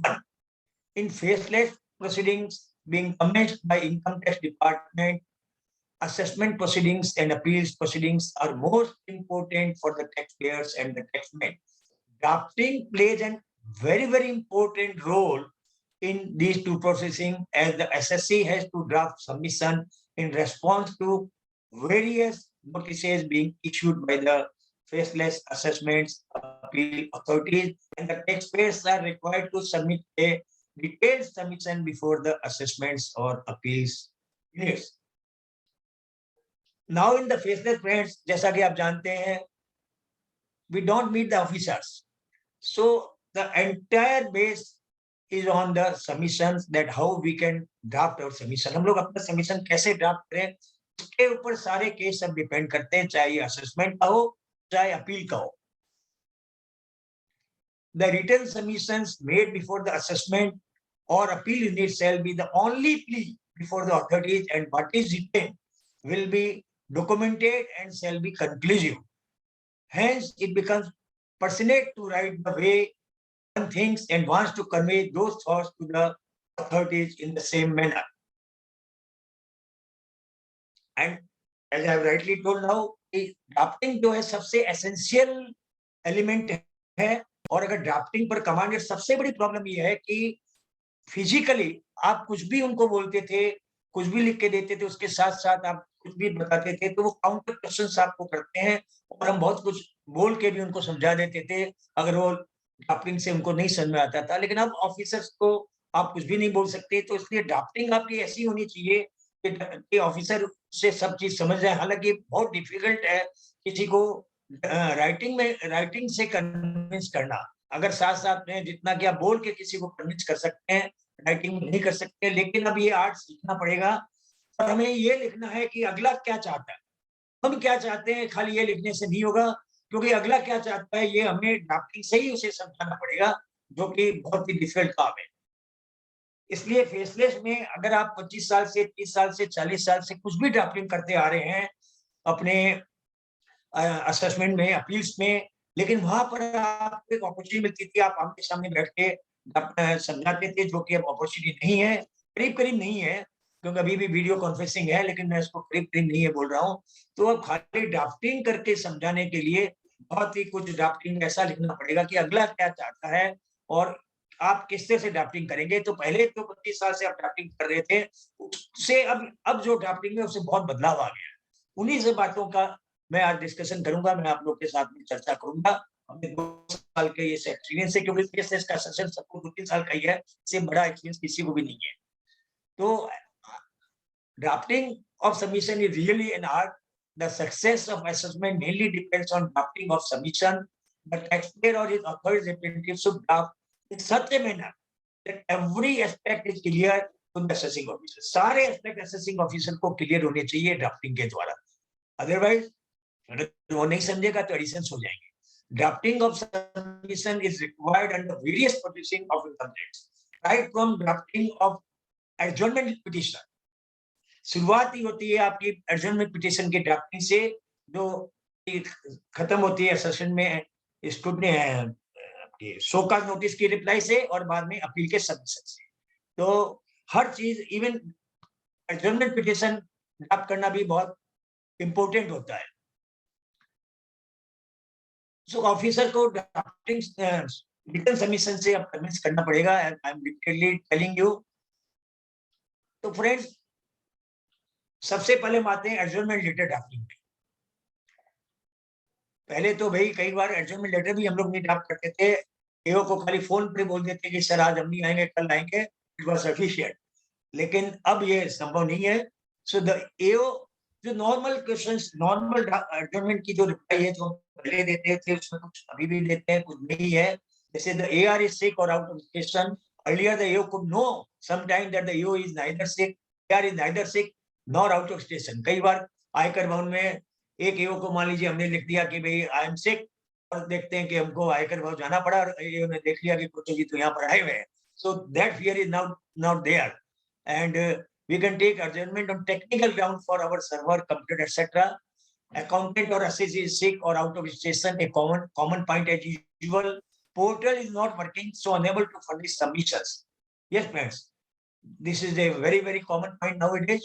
However, we should submit the screenshot of the portal for non-functioning. क्योंकि evidence के रूप में screenshot जरूर लीजिए अगर portal आपका function नहीं कर रहा है, पोर्टल का फंक्शन नहीं कर रहा है उस समय।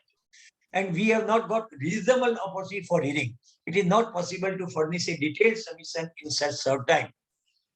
जब तक फिजिकल थे तो बहुत रेयरली रीजनेबल अपॉर्चुनिटी की बात आती थी कि नॉर्मली नोटिस बहुत टाइमली आ जाती थी, कभी कभी वहां भी होता था, लेकिन अब तो 50-60-70% नोटिस में रीजनल अपॉर्चुनिटी नहीं मिल रही है। सो ये बहुत कॉमन पॉइंट है एडजर्नमेंट के लिए।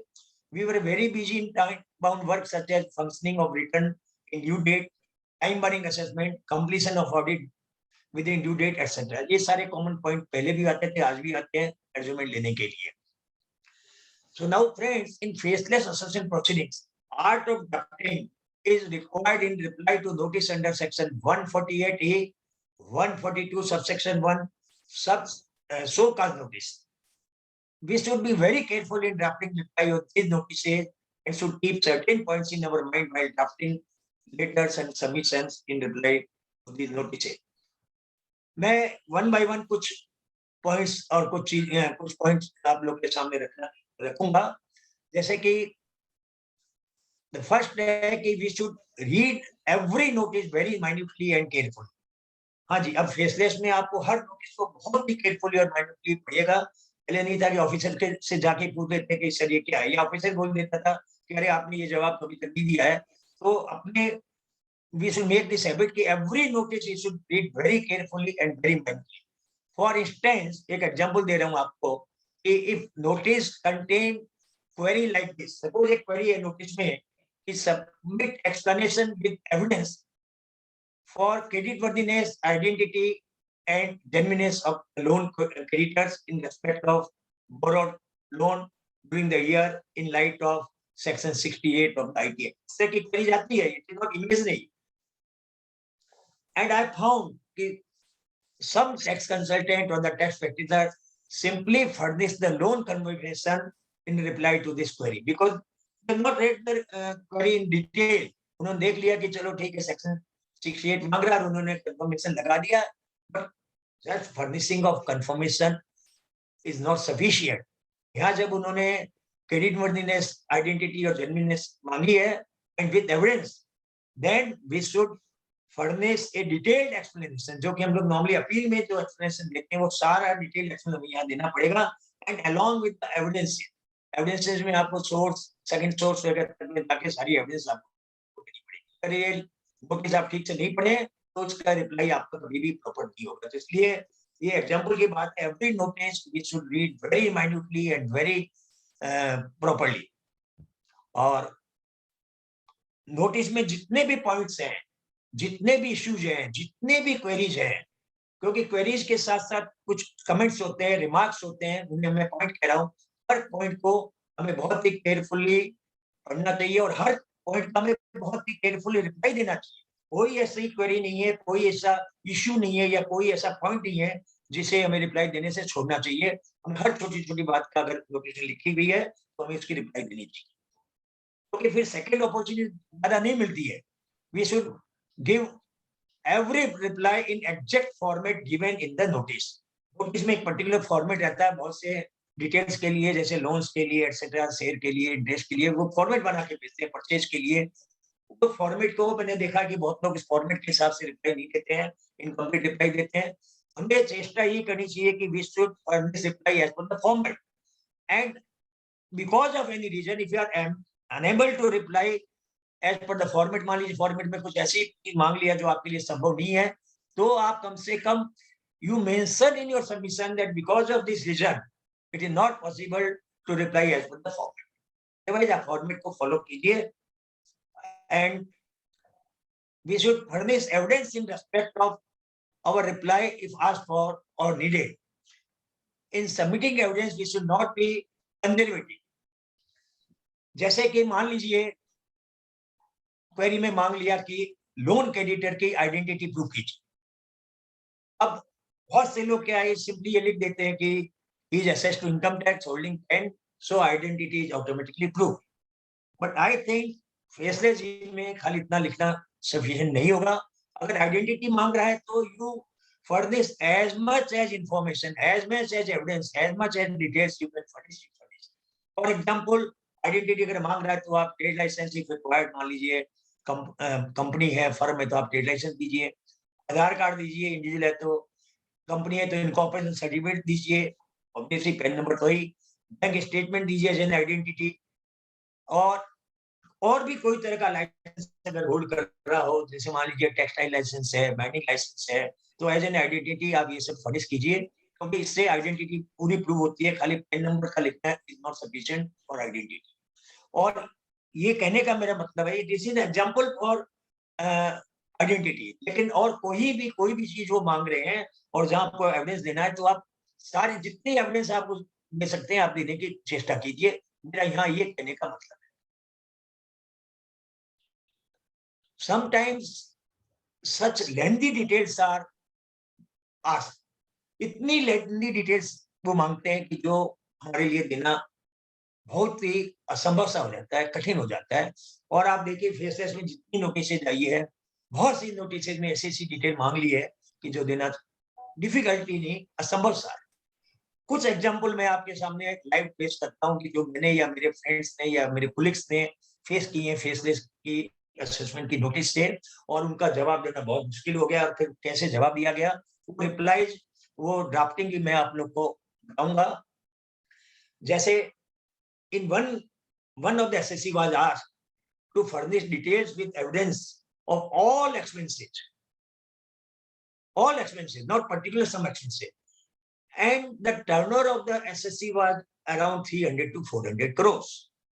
अब बताइए 300-400 का करोड़ जिस कंपनी का या जिस एसएससी का है, उसके कितने ह्यूज एक्सपेंसेस होते हैं, और ये असंभव सा है कि उन सारे एक्सपेंसेस की डिटेल तो देना संभव है, लेकिन विद एविडेंस हजारों वाउचर्स होते हैं, हजारों बिल्स होते हैं, वो कैसे फेसलेस एसेट में रिज्यूम में आप दिया आप देंगे, क्योंकि फिजिकल होता तो आप जाके वहां प्रोड्यूस कर देते, फिजिकल में वो संभव नहीं है।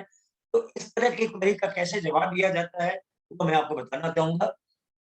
In a notice under section 121 issued in courts of assessment proceeding, since the SSC was asked to submit the details of all the expenses debited into the PL account, and where the turnover was around 400 crore, as I have told that it was more or less impossible for the AR of the SSC to furnish all such evidences and in detail.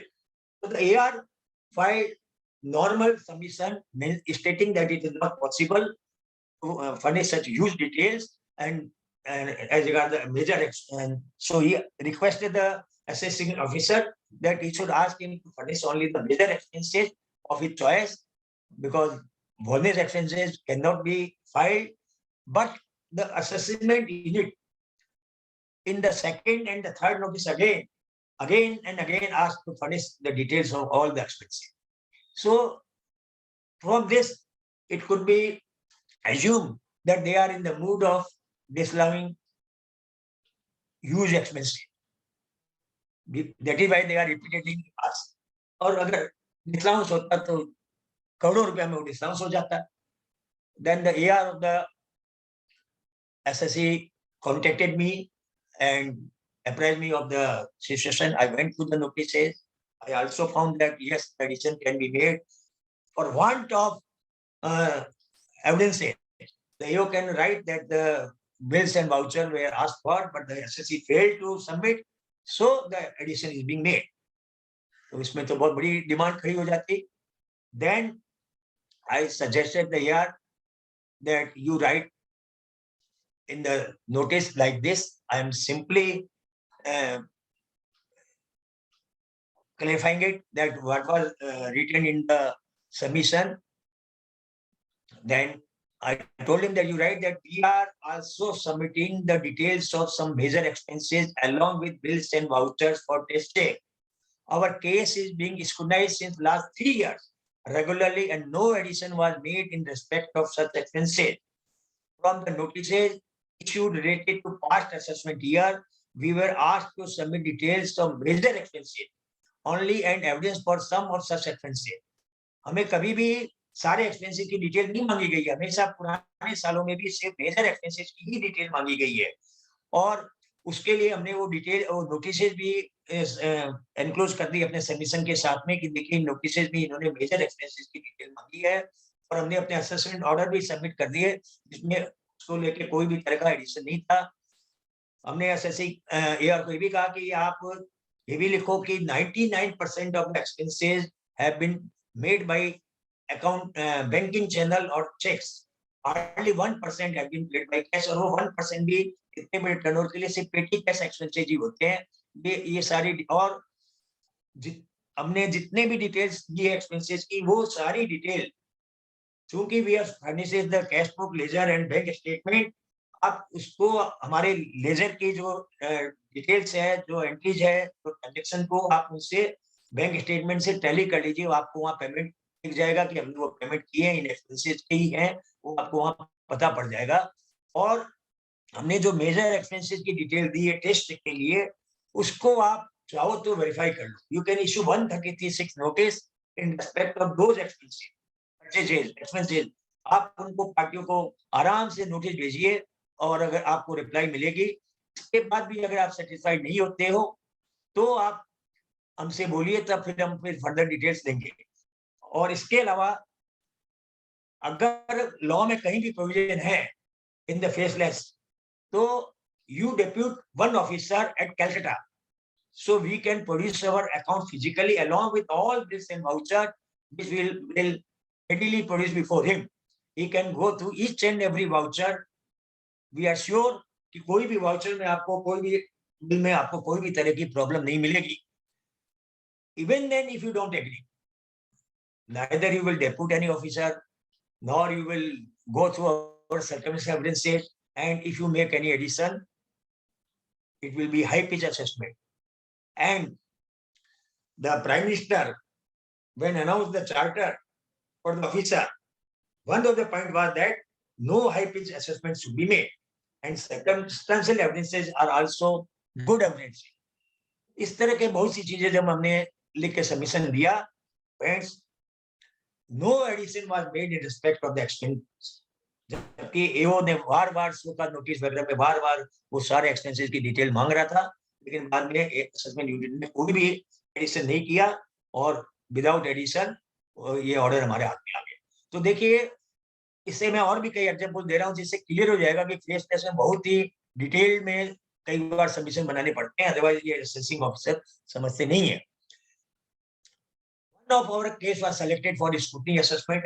Another example I am putting, for the reason being that from the ITS data, the AO could observe that the SSC had purchased several items from Chinese companies.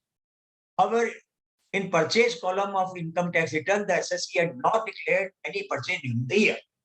Obviously, ITS data के हिसाब से आ गया कि भी आपका purchase उतना है नहीं, जबकि ITS में आपका purchase जो PL account में उससे ज्यादा purchase है. During the course of assessment proceeding, AO raised a query about the difference in ITS data and PL account, as the purchase is concerned. In response, we gave a submission that item mentioned in ITS data were of capital nature, and we had acquired the above mentioned said purchase goods for the purchase of self-consumption. Therefore, the same were directly added to capital work in progress on the fixed assets and not shown under the head purchase. Obviously, अगर capital assets है जो हमने purchase की है, भले ही वो ITS data में purchase की हमने import किया था, ITS डाटा में आ गया, लेकिन वो हम अगर बैलेंस शीट में वर्क इन प्रोग्रेस में दिखाएं तो वो तो कहीं भी पीएल अकाउंट में परचेज का पार्ट नहीं होगा, तो मिसमैच होना स्वाभाविक है। और लेकिन जब हमने इतना लिख दिया और बकायदा बैलेंस शीट से मालूम पड़ता है कि काफी ह्यूज एसेट्स है, लास्ट ईयर से बहुत ज्यादा है, तो the matter could be clear.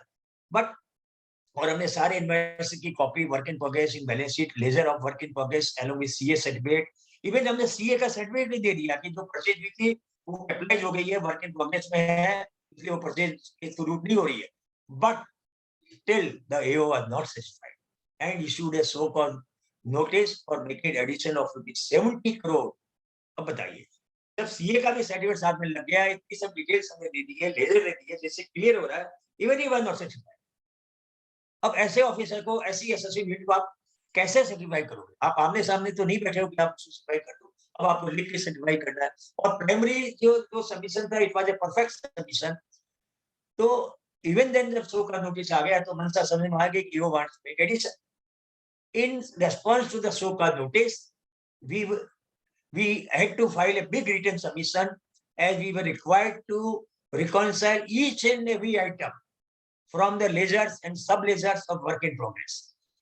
We incorporated the portion of all the ledgers and sub-ledgers along with relevant invoicing in written submission itself and reconciling the same with balance sheets work in progress. There were more than 40 spare parts used in different machinery, and it was very difficult to reconcile and explain the same in faceless assessment. However, it took 2 days to prepare the submission. At the end of, there was no addition. After giving such a detailed reply of the scrutiny assessment, the unit did not make any addition. लेकिन अगर इतनी detail submission नहीं बनाया जाता तो पता नहीं कितने करोड़ों का addition. One more example I would like to put.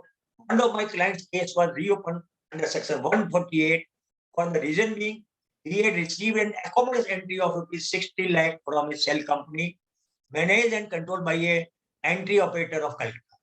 ये सबके कॉमन इंटरेस्ट की चीज होगी क्योंकि कलकत्ता में ऐसी 148 70-80% 148 जो है वो सब अकाउंट एंट्री की होती है। तो after getting the reasons we filed a detailed objection challenging the reasons of merit as well as on several legal issues. However, our objection was rejected the very next. तो होता ही है लेकिन next day उन्होंने reject कर दिया because they were also prepared कि ये तो एंटी ऑपरेटर का केस होगा तो इसको एडिशन तो करना है ही, तो उन्होंने रिजेक्ट कर दिया। It might be the transaction were in the nature of loan, so in response to notice under section 142(1), we had submitted our ledger, loan confirmation, bank statement, and repayment details. But the assessing officer was not satisfied, and so issued a so-called notice asking us that why this amount should not be added under section 68 as it is accommodated entry. Normally, friends, यहाँ एक चीज बताना चाहूंगा कि जब भी एक्रोबर्स entry का case आता है किसी भी एआर के पास में, तो ऑलमोस्ट वो श्योर होता है कि एडिशन तो होना ही है।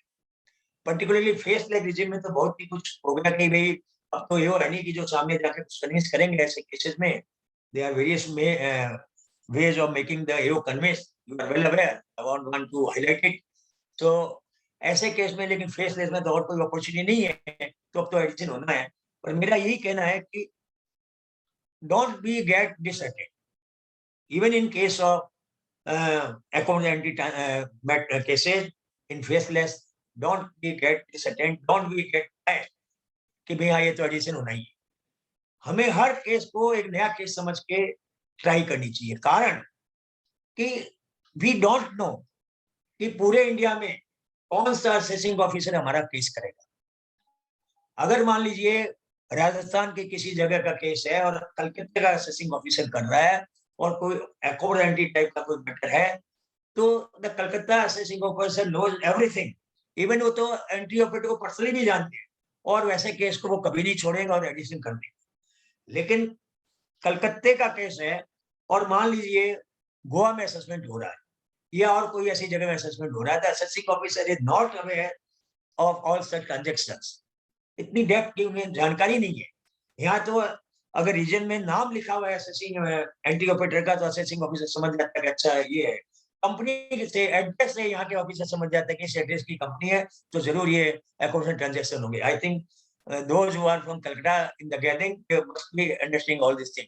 लेकिन एक चीज ध्यान रखिए कि दूसरी जगह के ऑफिसर है वो ये सब चीजें नहीं जानते, और इसी को ध्यान में रखते हुए हमें एकदम डिटेल से सारा सबमिशन बनाना है और हमें कहीं भी डिस्टर्ब नहीं होना है।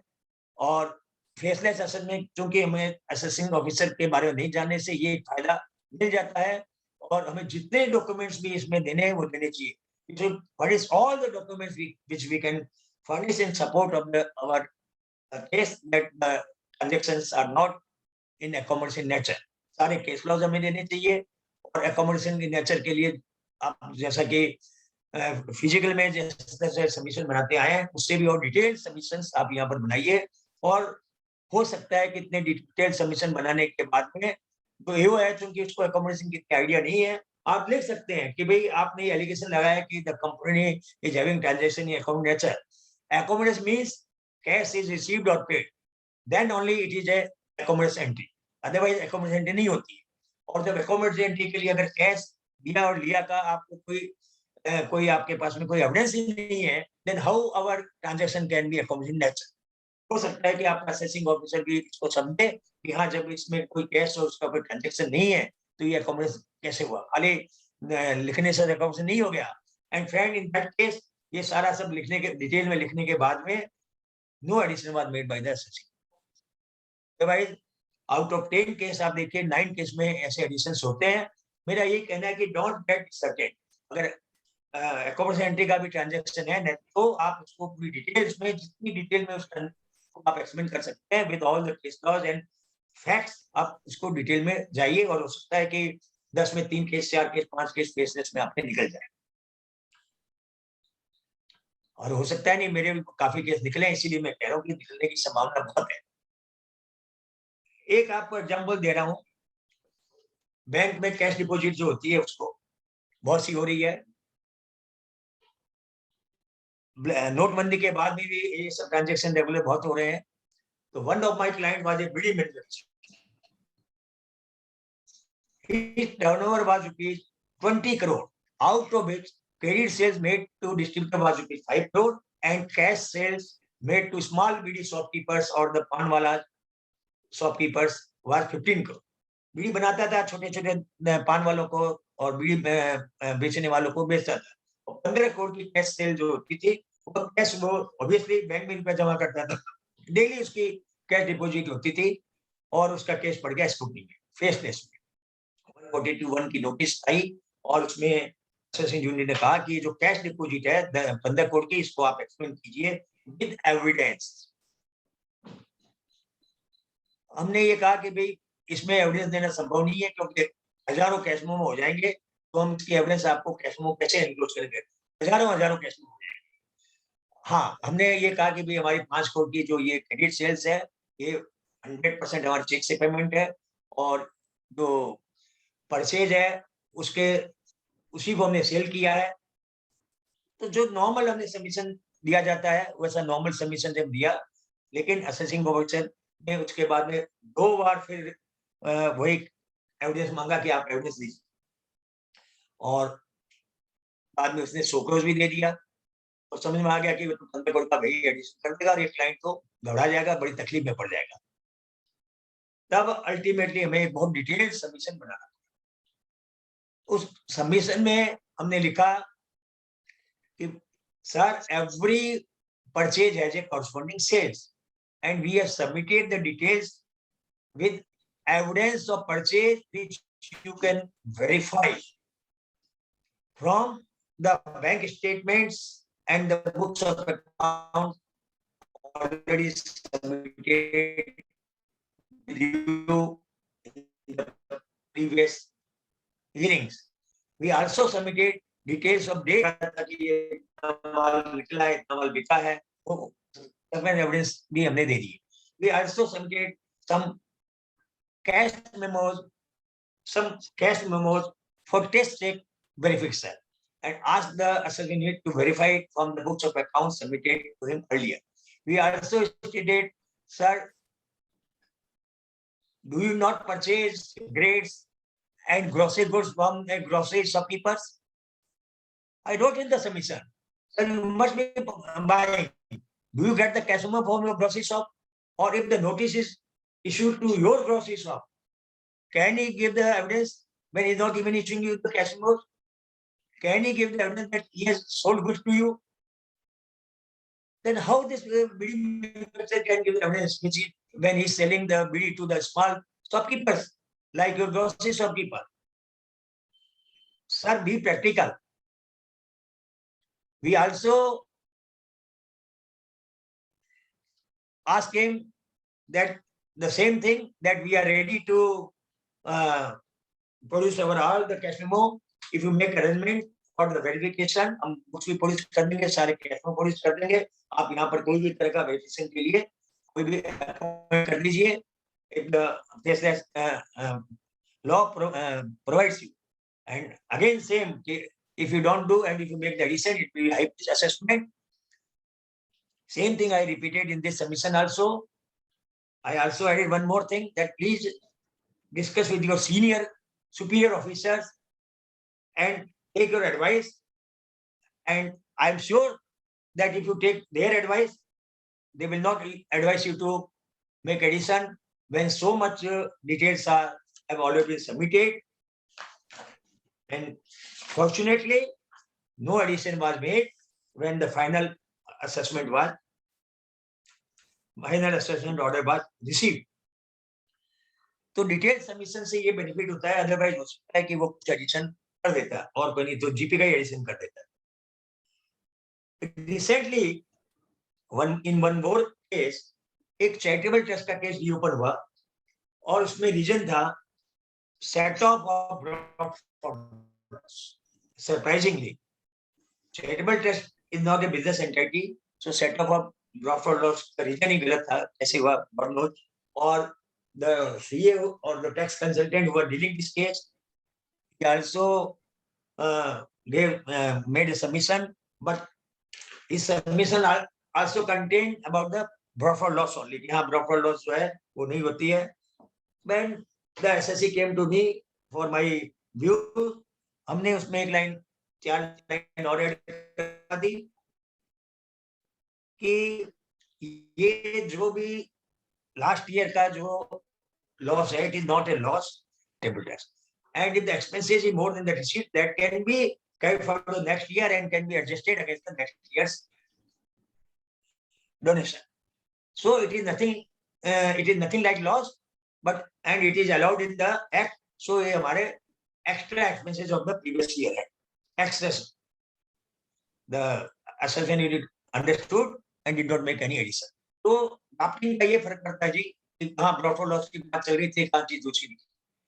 ऐसे there are so many examples friends which is not possible कि मैं सारे एग्जांपल दूं. आप लोग के पास भी बहुत से एग्जांपल प्रैक्टिशनर्स हैं, इस तरह के 100 का नोटिस आप लोग के पास आती रहती होगी और उनका रिप्लाई भी आप देते रहेंगे. बस यही है कि अब जो भी सबमिशन आप बनाए, 142 का फर्स्ट सबमिशन भले ही आप थोड़ा ज्यादा डिटेल में जाके नॉर्मल डिटेल में जाए, लेकिन जो ही सोखा जा जाता है या रिपीटेड की अगर वो चीज पूछी जा रही है तो आप उसको एकदम डिटेल सबमिशन में डिटेल एविडेंस दीजिए, जिससे कि कोई एडिशन का कोई स्कोप नहीं हो. और असेसिंग ऑफिसर अगर कुछ समझ नहीं पा रहा है तो आपके डिटेल सबमिशन से उसके ठीक समझ में आ जाएगा कि वो गलत था और मैटर कुछ और है, तो शायद एडिशन नहीं करें. लेकिन हम लोग अगर कैजुअल ड्राफ्टिंग करेंगे, डीप ड्राफ्टिंग करेंगे, शॉर्ट में ड्राफ्टिंग करेंगे और सारे डिटेल सारे डॉक्यूमेंट नहीं देंगे तो एडिशन की संभावना फेसेस में बहुत रहेगी. ये समझिए कि उसको क्या चाहिए, आपको क्या देना, ये मत समझिए. आपके ये रिप्लाई के बाद में, आपके सबमिशन के बाद में उसके दिमाग में और क्या क्वेरी आती है वो खुद आप भी देखिए. आप रिप्लाई देखिए, उस सबमिशन को पढ़िए और समझिए कि इस रिप्लाई के बाद में काउंटर क्वेश्चन क्या हो सकते हैं, आप ही अपने आप को काउंटर क्वेश्चन कीजिए। जब आप अपने आप को काउंटर क्वेश्चन करेंगे तो आपको समझ में आ जाएगा कि हाँ ये क्वेश्चन अगर वो उठा सकता है, वो रेज कर सकता है, तो आप उसको पहले क्यों ना कवर करते हैं और उसको और डिटेल में जाके उनको आप कवर कीजिए, जिससे कि असेसिंग ऑफिसर को क्वेश्चन पहले से समझ में आ जाए और चीज को काउंटर क्वेश्चन किए बिना ही वो आपके एडिशन जो है वो कर दे। क्योंकि जो नहीं वो काउंटर क्वेश्चन करे सो में सारा एडिशन कर दे, माइंड मेकअप कर ले। कई बार ये क्वेश्चन उठता है, फेलो बैठ के पूछते हैं कि केस लॉ हमें साइड करना चाहिए कि नहीं असेसमेंट स्टेज। मेरा पर्सनल व्यू ये है कि असेसमेंट स्टेज में भी हमें केस लॉ जरूर साइड करने चाहिए जहां भी करना। और 148 के काफी असेसमेंट अभी 2022 में हुए हैं, नोटिस आई है 148 की, भयंकर नोटिस आई है, हर कंसल्टेंट ने काफी नोटिस डील की है। तो उसमें एक कुछ नोटिस आई है, मेरे पास भी काफी ऐसी नोटिस आई है, आप लोग के पास भी आई होगी, इसमें 7 दिन से कम टाइम दी गई, 5 दिन की, 4 दिन की, 6 दिन की टाइम की में नोटिस में जवाब मांगा गया। ये रीजनेबल टाइम जो नहीं दी गई है, this is not only the violation of principle of natural जो नॉर्मली हम लोग लिखते हैं, ये वायलेशन ऑफ लॉ है। क्योंकि as per section 148 minimum 7 days की टाइम देनी पड़ेगी। अगर 7 दिन, क्योंकि एक्ट लिखता है कि 7 दिन की टाइम देनी पड़ेगी, और असेसिंग ऑफिसर अगर 7 दिन से टाइम कम दिया है तो फिर ये आप वायलेशन ऑफ लॉ है, नोटिस इज इनवैलिड, और इस ग्राउंड को आप उसमें अपील में बहुत डिटेल में उठाइएगा, सबमिशन में भी आप टच करके छोड़ दीजिएगा, लेकिन अपील में बहुत डिटेल में उठाइएगा। इस ग्राउंड के ऊपर आप रिट में भी जा सकते हैं, रिट कोर्ट में क्या फैसला हुआ भगवान जाने, क्योंकि अभी तक तो मार्च वाली रिट की अभी तक तो चल रही है, अब सुप्रीम कोर्ट देखिए क्या जजमेंट देता है, लेकिन ये रिट भी जो है बहुत आराम से की जा सकती है।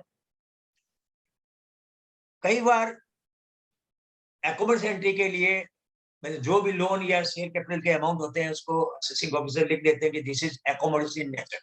बहुत कॉमन है नोटिस में लिखना एकोमोडेशन इन नेचर। हो सकता है उनके पास में कोई एविडेंस हो और कई बार नहीं भी होती है, तो भी वो ये एकोमोडेशन इन नेचर तो लिख ही देते हैं।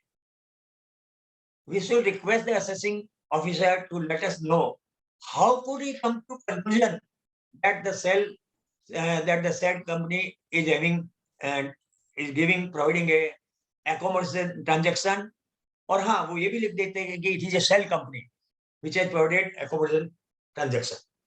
तो सेल कंपनी के लिए आप मांग सकते हैं कि भाई आपका क्या बेसिस है सेल कंपनी का, आपके पास क्या मटेरियल है जिसके बेस पर आप इस कंपनी को शेल कंपनी कह रहे हैं। कभी कभी वो लिख देते हैं कि from the list of the investment big it is found that it is a shell company. You will find such type of notices. You can ask, sir, please provide us the said list on the basis of which you are treating the company as shell company. Otherwise, you provide other material on the basis of which you are treating as a shell company. Normally, AO will not be in the position to provide you such list. तो ये सब बाद में आपको appeal में बहुत help करेंगे। तो इस स्टेज में आप ये जरूर मांगिए कि आपने जो एलिगेशन किया है और क्या है। प्लस एकोमोडेशन ट्रांजैक्शन के लिए भी आप कह सकते हैं कि भी व्हेन कैश इज गिवन और received then it is accommodation nature. Otherwise खाली बिना कोई एविडेंस के, बिना किसी के आप इसको एकोमोडेशन नहीं ट्रीट कर सकते। समटाइम्स तो ये आप डिटेल में लिखिए अपने सबमिशन में। समटाइम्स उनके पास में स्टेटमेंट रहते हैं एंटी ऑपरेटर के, उसके बेसिस पर भी वो बोलते हैं कि आपकी जो कंपनी है, आपको जो लोन दिया गया है वो एकोमोडेशन इन नेचर है, क्योंकि एंटी ऑपरेटर कंपनी के डायरेक्टर ने एक्सेप्ट किया है। तो as we all are doing normally कि भाई हम डायरेक्टर के क्रॉस एग्जामिन के लिए कहते हैं, वो आप यहाँ फीस भी लिखिए कि भाई उसको हमको क्रॉस एग्जामिन की अपॉर्चुनिटी दीजिए। तो ये सारी चीजें फेसलेस में, जैसे कि आप फिजिकल में आप लिखते थे वैसे ही आप फेसलेस भी ये सब चीजें मांगते चलिए एकोमोडेशन में। और सेल कंपनी के मैक्सिमम ट्रांजैक्शन रहते हैं, मैक्सिमम नोटिस रहती है, उनको बड़ा डिटेल में आप लिखते रहिए। घबराने की कोई भी बात नहीं है, जितना आप डिटेल में आप लिखेंगे उतना सही है। और अगर you fails to give any evidence in respect of accommodation transaction or sale company, you can write in the CIT before the CIT appeal कि sir the addition has been made mainly on presumption and assumption। And फिर आपको एक नया issue मिल जाता है presumption और assumption को deal करने के लिए। सुप्रीम कोर्ट का भी जजमेंट है कि no addition can be made on the presumption and assumption। Sometimes, friends, the assessing unit or assessing officer passes some remark in the assessment order। वो एडिशन तो कर रहे हैं पर साथ साथ में अपना रिमार्क भी दे देते। इन रिमार्क को भी आप माइन्यूटली लीजिए। अगर कोई ऐसा रिमार्क है जिसमें आप डिटेल में कुछ लिख सकते हैं तो वो रिमार्क को आप जरूर लिखिए। जैसे कि कभी ये लिख देते हैं कि a very well known entry operator has provided the account entry। well known entry operator, he can be an entry operator, but how is a well known entry operator? He's not the Prime Minister of India, he's not the President of India, he's not the Mukesh Ambani that is very well known। You can ask the assessing officer that why this term well known has been used। इस तरह, ये तो एक example के तौर पर मैं कह रहा हूँ। आपको इस तरह के कुछ भी रिमार्क्स मिलते हो, कई बार वो सजेशन दे देते हैं कि बिजनेस के लिए कि नहीं ये कमीशन 3% ठीक नहीं था जी, ये तो 2% कमीशन में भी काम हो सकता था। Like this commission is unreasonable और reasonable, that is a separate thing, but they can not dictate about the terms of business. There so many case law जो कहते हैं कि the assessing officer can not dictate the terms of business. तो अगर इस तरह का कोई भी रिमार्क हो तो आप असेसिंग ऑफिसर को ड्रैग करने में चूकिए मत। डिटेल में लिखिए कि भाई आपको क्या पावर है, आपके पास क्या पावर है कि आप हमको बिजनेस करते हैं। You can not. तो इस तरह का जहां भी ऐसा कोई रिमार्क हो तो आप आराम से डिटेल में उस रिमार्क को आप चैलेंज कीजिए। और 148 के जितनी भी नोटिसेज आई है, बहुत सी नोटिसेज में तो उन्होंने फाइंडिंग दी है, बहुत सी नोटिसेज में उन्होंने कोई फाइंडिंग नहीं दी। 4 लाइन में लिख दिया कि बस एस्केपमेंट ऑफ इनकम है। हाँ भी फाइंडिंग नहीं है, we can ask for the finding, we can ask for such finding and we must ask for the finding. But यहाँ एक आपको क्लू बता रहा हूँ फ्रेंड्स कि कहीं भी नोटिस के रिप्लाई में फाइंडिंग अगर नहीं दी गई है तो आप डिटेल में मत मांगिए। कहीं भी आप चुपचाप एक लाइन लिख दीजिए कि हाँ कि जो फाइंडिंग है वो सफिशिएंट नहीं है जिससे कि हम सफिशिएंट बना सके। बहुत शॉर्ट में लिखिए। यू कैन आस्क कि मैं इतनी देर से तो सारी चीज डिटेल में लिखने के लिए चिल्ला रहा हूँ, अब ये चीज इतनी शॉर्ट में लिखने की बात क्यों कर रहा हूँ? क्योंकि अगर फाइंडिंग नहीं है तो वो क्या करेंगे कि उस 148 की नोटिस को विड्रॉ कर लेंगे। और अगर टाइम है उनके पास में तो, अगर टाइम बारिंग होना है 2 दिन में बात अलग है, तो वो नई नोटिस इशू कर, तो फिर आपका सारा किया कराया गुड़ गोबर हो जाएगा। इसलिए बहुत ब्रीफली चुपके से लिख दीजिए। और जब अपील में आए तो आप इस चीज को डिटेल में जाइए कि हमने तो ये रेज किया था असेसिंग यूनिट के सामने, लेकिन उन्होंने हमें कोई नहीं, उन्होंने फाइंडिंग ही नहीं दी। और जब फाइंडिंग नहीं है तो हम अपना सबमिशन कैसे बनाएंगे, कैसे ये डिटेल लिखेंगे। और जब सबमिशन में हम अगर सारी चीज नहीं लिखेंगे तो आप इसको कैसे कंसीडर करेंगे? क्योंकि 148 में लिखा है कि after considering your submission will pass. तो जो सबमिशन आप बना ही नहीं सकते हो इन एब्सेंस ऑफ फाइंडिंग, तो कंसीडर भी कैसे करेंगे? तो ये बहुत अच्छा ग्राउंड बन जाता है बाद में अपील में टाइटल जीतने के लिए। लेकिन बहुत केयरफुल रहिए फाइंडिंग को किस तरह से आपको चैलेंज करना है, कहाँ चैलेंज करना है। Not before the assessing officer but before the CIP. Section 148 को मैं जरा डिटेल में क्यों डील कर रहा हूँ कि इस साल मैक्सिमम केसेस 148 के ही हुए थे, आगे भी 148 के होते रहेंगे। तो इसके ड्राफ्टिंग में बहुत कुछ ही ध्यान रखना पड़ता है 148 के।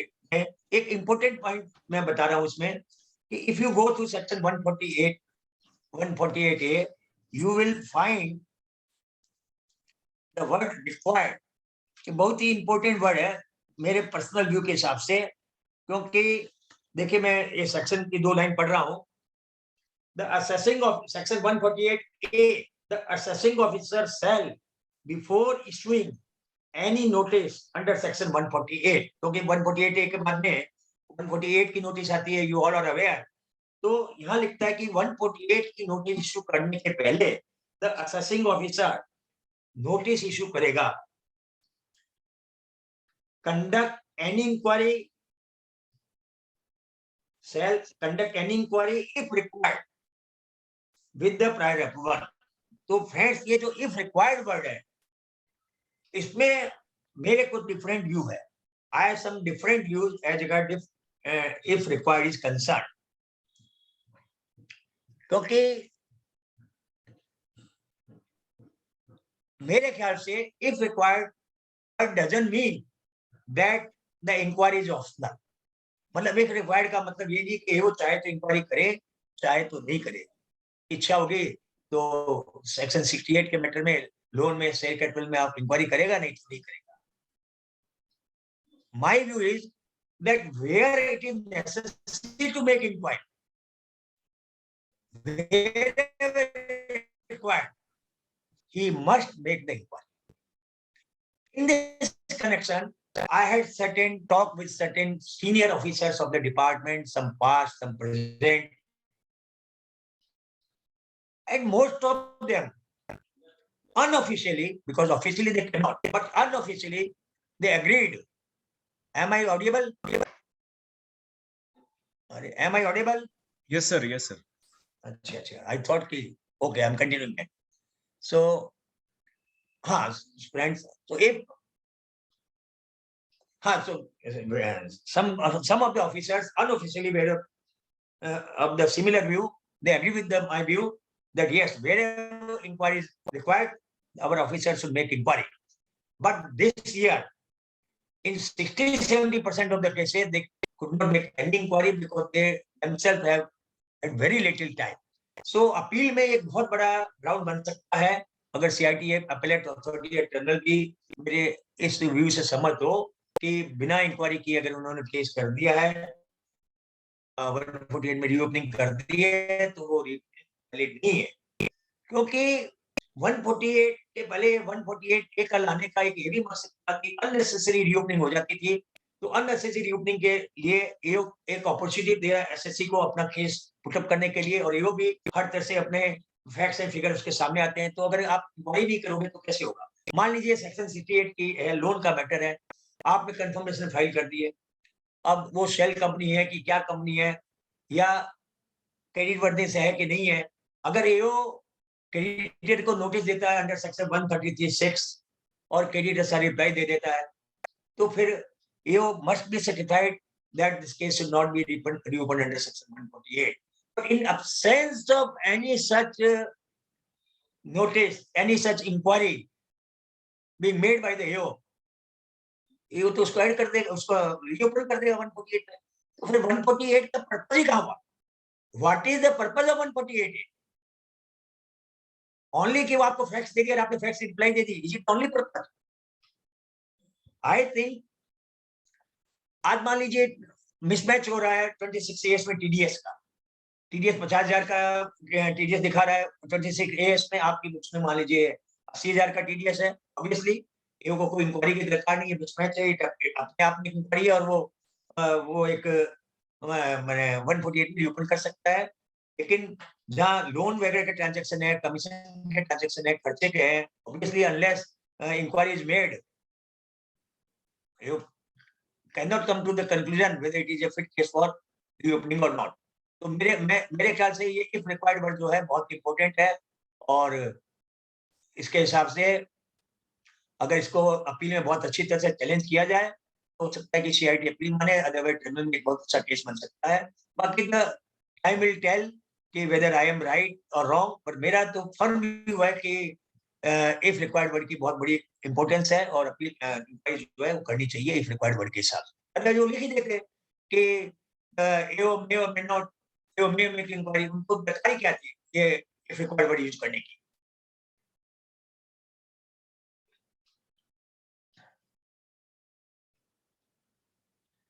नेक्स्ट फ्रेंड्स,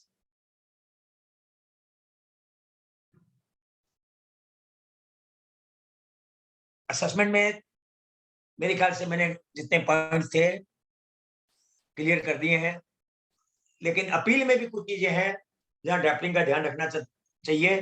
टाइम शॉर्ट है शायद. महेंद्र जी टाइम शॉर्ट है क्या? सर है सर, कंटिन्यू करिए सर, अभी है. आपको सर मन नहीं भरेगा हम लोग करते. ठीक है जी.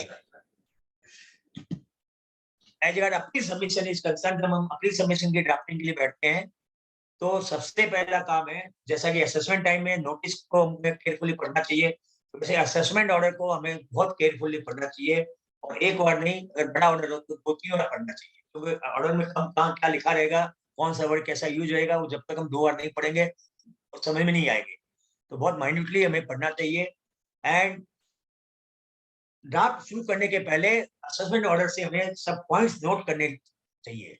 तो एडिशन है वो पॉइंट तो सामने है, लेकिन फैक्चुअल में जो उसने लिखा है, उसने जो कमेंट्स लिखे हैं, उसने जो रिमार्क्स लिखे हैं, उसने जो रीजनिंग किया है, उन सबको हमें पॉइंट वाइज नोट कर लेना चाहिए, क्योंकि हमें हर एक पॉइंट को डील करना है सीआईटी बिल के साथ, चाहे छोटा से छोटा उसका रिमार्क हो, चाहे कमेंट हो, चाहे उसका ऑब्जर्वेशन हो, each and everything we have to deal before the CIT appeal, and we should deal every fact, whether small or big, in detail.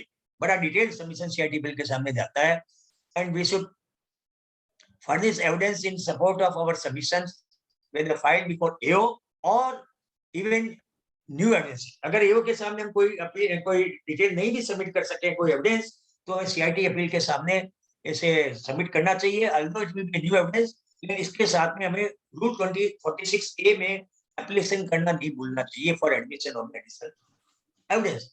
आप लोग भी जानते हो कि 2-3 साल पहले तक तो नॉर्मली 46 ए की एप्लीकेशन ये लोग मांगते ही थे normally, I don't see in each and every case, और हमें बोल देते अच्छा आप लिख दो कि आपने न्यू एविडेंस दी है। फिर अभी 2 साल पहले 2-3 साल पहले कुछ सबमिशन को एक सीआईटी में मांगने लगे, लेकिन चलिए आप जाते तो मांग लेते। यहाँ तो अब फेसलेस में तो अगर आप नहीं देंगे तो हो सकता है रिजेक्ट ही कर देंगे, आपको अपॉर्चुनिटी नहीं दे। इसलिए आप 46 ए की एप्लीकेशन जो है न्यू एविडेंस में जरूर कीजिएगा, इट्स वेरी वाइटल। और यहाँ भी अगर असेसमेंट ऑर्डर में वही एकोमोडेशन एंट्री और सेल कंपनी के बारे में लिखा हुआ है, तो आप एकदम डिटेल में असेसिंग सीआईटी बिल को पूछिए कि भाई क्या उसका क्या बेसिस था, ईओ का क्या मटेरियल उसके पास थे, उसने खाली प्रेजेंटेशन में कैसे कह दिया, उसने क्यों नहीं क्रॉस एग्जामिनेशन की अपॉर्चुनिटी की, 148 में उसने क्यों नहीं इंक्वायरी की। बहुत से पॉइंट्स है, जब आप सीआईटी बिल को जाएंगे, जब टोटलिटी में वो सारे पॉइंट देखेगा, इवन ही नोज कि दिस इज एकोमोडेशन एंट्री, उसके लिए एडवर्स ऑर्डर करना बहुत डिफिकल्ट काम रहेगा, क्योंकि जब कोई एविडेंस ही नहीं है कि कैश रिसीव का, कैश पेमेंट का अगेंस्ट द चेक्स और आरटीजीएस, तो फिर ये एकोमोडेशन कहां से हुआ। तो ये, लेकिन इन सब बातों को बहुत डिटेल्स में सजा के हमें लिखनी पड़ेगी। तो अगर सीआईटी बिल नहीं भी है तो कम से कम हाईकोर्ट तो इस चीज को समझेगा, और इसके लिए ग्राउंड बनाना पड़ेगा असेसिंग ऑफिसर के सामने, जो सोपोज और 142(1) का जो जवाब देते हैं। और अब एक सबसे बड़ा आराम है कि जब आप डिटेल सबमिशन असेसिंग ऑफिसर को दे दिए हैं 142(1) में और इसमें सोगा नोटिस में, तो सीआईटी अपील के सबमिशन में आपको बेसिक टाइम नहीं मिलेगी, 80% तो आपका वही काम आ जाएगा, उन्हें आपको ऐड करना पड़ेगा। फीस आपको डबल मिलेगी, लेकिन आपका मेहनत कम होगी। If AO has made reference of the report of the university wing, क्योंकि ये प्राय रेफरेंस देते हैं कि यूनिवर्सिटी से उन्हें जो इन्फॉर्मेशन मिली है उसके बेसिस के ऊपर वो मांग रहे हैं, सोपोज में डिटेल मांगते हैं, तो आप डेफिनेटली बोलिए कि भाई आपको क्या इन्फॉर्मेशन मिली है, आप उसे दे आर। एक नया पॉइंट ले रहा हूँ, हो सकता है कि आप लोग इससे एग्री नहीं करें, कि कई बार इंस्पेक्टर की रिपोर्ट रहती है कि भाई ये didn't find the premises of the creditor की मिला ही नहीं उसको, वो गया था उसकी ऑफिस में, ऑफिस ही नहीं मिली, इस तरह की रिपोर्ट रहती है। रिपोर्ट तो आप मांगेंगे ही, चैलेंज कर सकते हैं कि भाई ये रिपोर्ट गलत है। In my personal view, you can ask the EO to cross examine the inspector who has given such report. अगर रिपोर्ट गलत है तो, क्योंकि कई बार इंस्पेक्टर जाते ही नहीं है, अपना ऑफिस में बैठ के रिपोर्ट बना देते हैं, ये आप लोगों ने सुना होगा। तो आप इंस्पेक्टर को क्रॉस एग्जामिन करने के लिए ईओ को लिखिए। अब वो अलाउ नहीं करेगा, लेकिन लिखिए, आई थिंक ये आगे तक के लिए एक अच्छा रास्ता बन सकता है। और always accompany the written submission with paper book of documentary evidence. General facts of the case and assessment history needs to reproduce first. Specific facts to each ground to be written with submissions. पहले general facts लिखिए, nature of business वगैरह सब लिखिए पूरा case के बारे में, फिर आप स्पेसिफिक ग्राउंड को डील कीजिए। और जुडिशियल केस लॉ दीजिए। जुडिशियल केस लॉ में एक बात मैं आपको बताना चाहूंगा कि जब हम लोग अगर territorial tribunal, territorial Calcutta high court और इवन सुप्रीम कोर्ट, हालांकि सुप्रीम कोर्ट में लिखने की दरकार नहीं रहती है बिकॉज ये ज्यादा अवेयर, बट अगर इनको आप यूज कर रहे हैं तो आप जुडिशियल प्रेसिडेंस के भी केस दीजिए। जुडिशियल डिसिप्लिन और जुडिशियल प्रेसिडेंस में बहुत केस लो है जिसमें it has been mentioned that the subordinate authorities are bound to follow the judgment of the total high court और द टेटल ट्रिब्यूनल। क्यों? और इसमें लिखिए कि your now it is a faceless. पहले तो आप कलकत्ता में अपील होते थे, आपको उसको बताने की दरकार नहीं है, but now as I told you कि कलकत्ता का केस है, हो सकता है कि जयपुर का असेसिंग ऑफ सीआईडी एक समय के लिए, 1 मिनट के लिए उसको नहीं ध्यान में कि आप कलकत्ता के एसएससी हो कि कहाँ के एसएससी हो, माइट भी, क्योंकि वो भी नए नए अभी।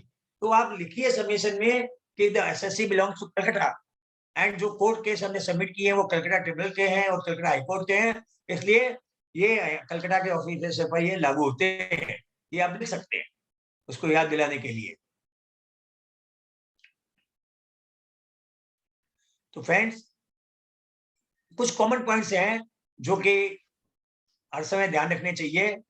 कोई भी सबमिशन हो, फेसलेस की बात कर रहा हूं, चाहे अपील का, चाहे इसका फेसलेस का, लेकिन चाहे असेसमेंट का, और आप लोग सभी प्रैक्टिसर है और आप लोग जरूर ये ध्यान रखते होंगे, फिर भी मैं रिपीट करना चाहूंगा कि we must be very humble in our submission drafting. देखिए, हम बहुत स्ट्रिक्ट ड्राफ्टिंग कर सकते हैं जैसा कि मैंने बताया कि आपने क्या क्या लिखा था, लेकिन हमें हम्बल भी होना चाहिए। हमारी हम्बलनेस में कमी नहीं आनी चाहिए। आप कोई कड़ी बात भी कहो तो हम्बलनेस के साथ कहो। The language used in submission should be clear and transparent, और बहुत सिंपल लैंग्वेज होनी चाहिए। तो सिंपल होनी चाहिए कि देखिए, कौन ऑफिसर कितनी अंग्रेजी जानता है, हम नहीं जानते। बहुत से प्रोबेबिलिटी ऑफिसर्स हैं वो अच्छी तरह से इंग्लिश भी नहीं जानते, रिजर्व कोटा के ऑफिसर्स हैं। तो आप अगर खूब कड़ी अंग्रेजी लिखेंगे और वो नहीं समझेंगे तो अल्टीमेटली एडिशन करना उनका सबसे बड़ा कवच है। एडिशन करने में उनको कोई तकलीफ नहीं है, उनको कोई क्वेश्चन नहीं होता, नहीं एडिशन करने में क्वेश्चन होता है। अगर वो नहीं समझेंगे तो एडिशन करेंगे। इसलिए बड़ी सिंपल लैंग्वेज यूज कीजिए और इंपॉर्टेंट पैरा जो है उनको हाईलाइट कीजिए या बोल्ड में लिखिए, जिससे कि वो जिस्ट को बहुत जल्दी समझ जाए। और document enclose should be properly legible, क्योंकि वो अगर समझ ही नहीं पाएंगे, पढ़ ही नहीं पाएंगे ठीक से तो दिक्कत होगी। इसलिए आप ध्यान रखिए कि जो भी आप डॉक्यूमेंट एनक्लोज कर रहे हैं तो पढ़ने लायक है कि नहीं है। ये अपनी ड्यूटी है, ये सब ध्यान रखने की।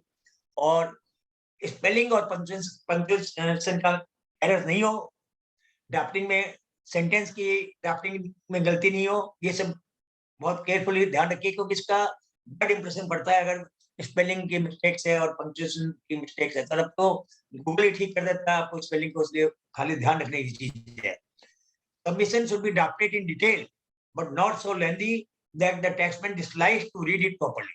आप इश्यू वाइज जितना लिखना लिखिए, कितना भी लेंदी हो, लेकिन अनर्गल मत लिखिए उसको लंबा करने के लिए, जिससे कि असेसिंग ऑफिसर इसको पढ़ने नहीं चाहे। और रिपीटेशन नहीं होना चाहिए, रिपीटेशन करके आप उसको मत कीजिए, लंबा मत कीजिए। और जब कोई केस लॉ आप दे रहे हैं तो पहली बात तो केस लॉ को पढ़िए कि वो केस लॉ जो है आपके फैक्ट के लिए रेलेवेंट है कि नहीं।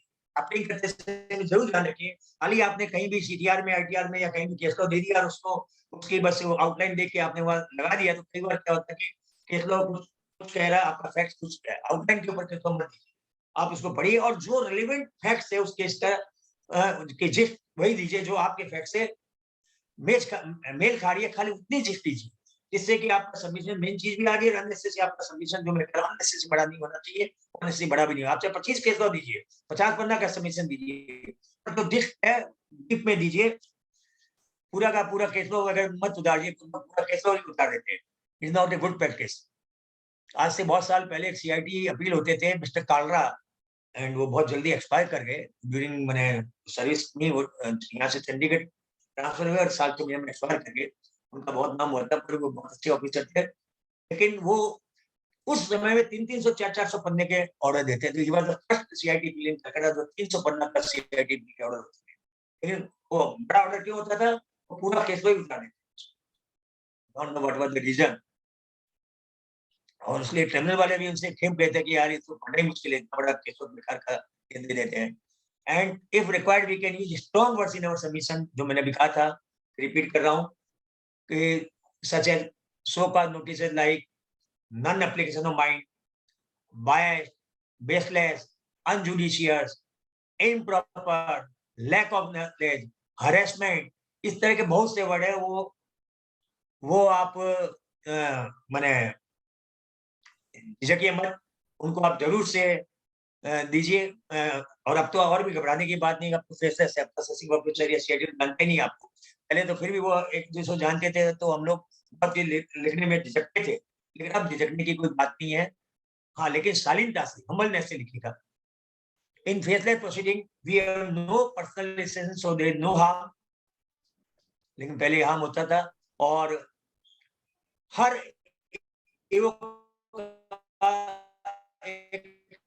अलग अलग माइंडसेट होता है।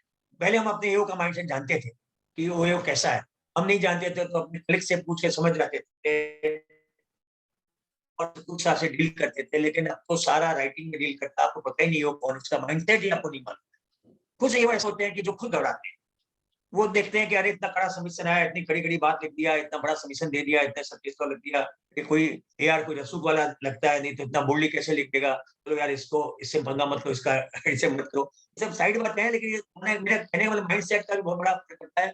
सारी बातें अब जो फेसलेस में एकदम डिफेंड हो गई है, जो कि पहले नहीं थी। इसलिए प्रिंसिपल ऑफ नेचुरल जस्टिस जहाँ भी वायलेशन हुआ हो, उसको आप सबमिशन में लाने से मत चूकिए।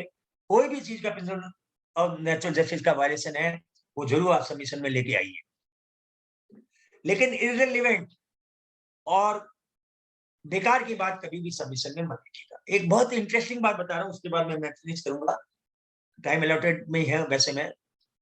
वो ये है कि एक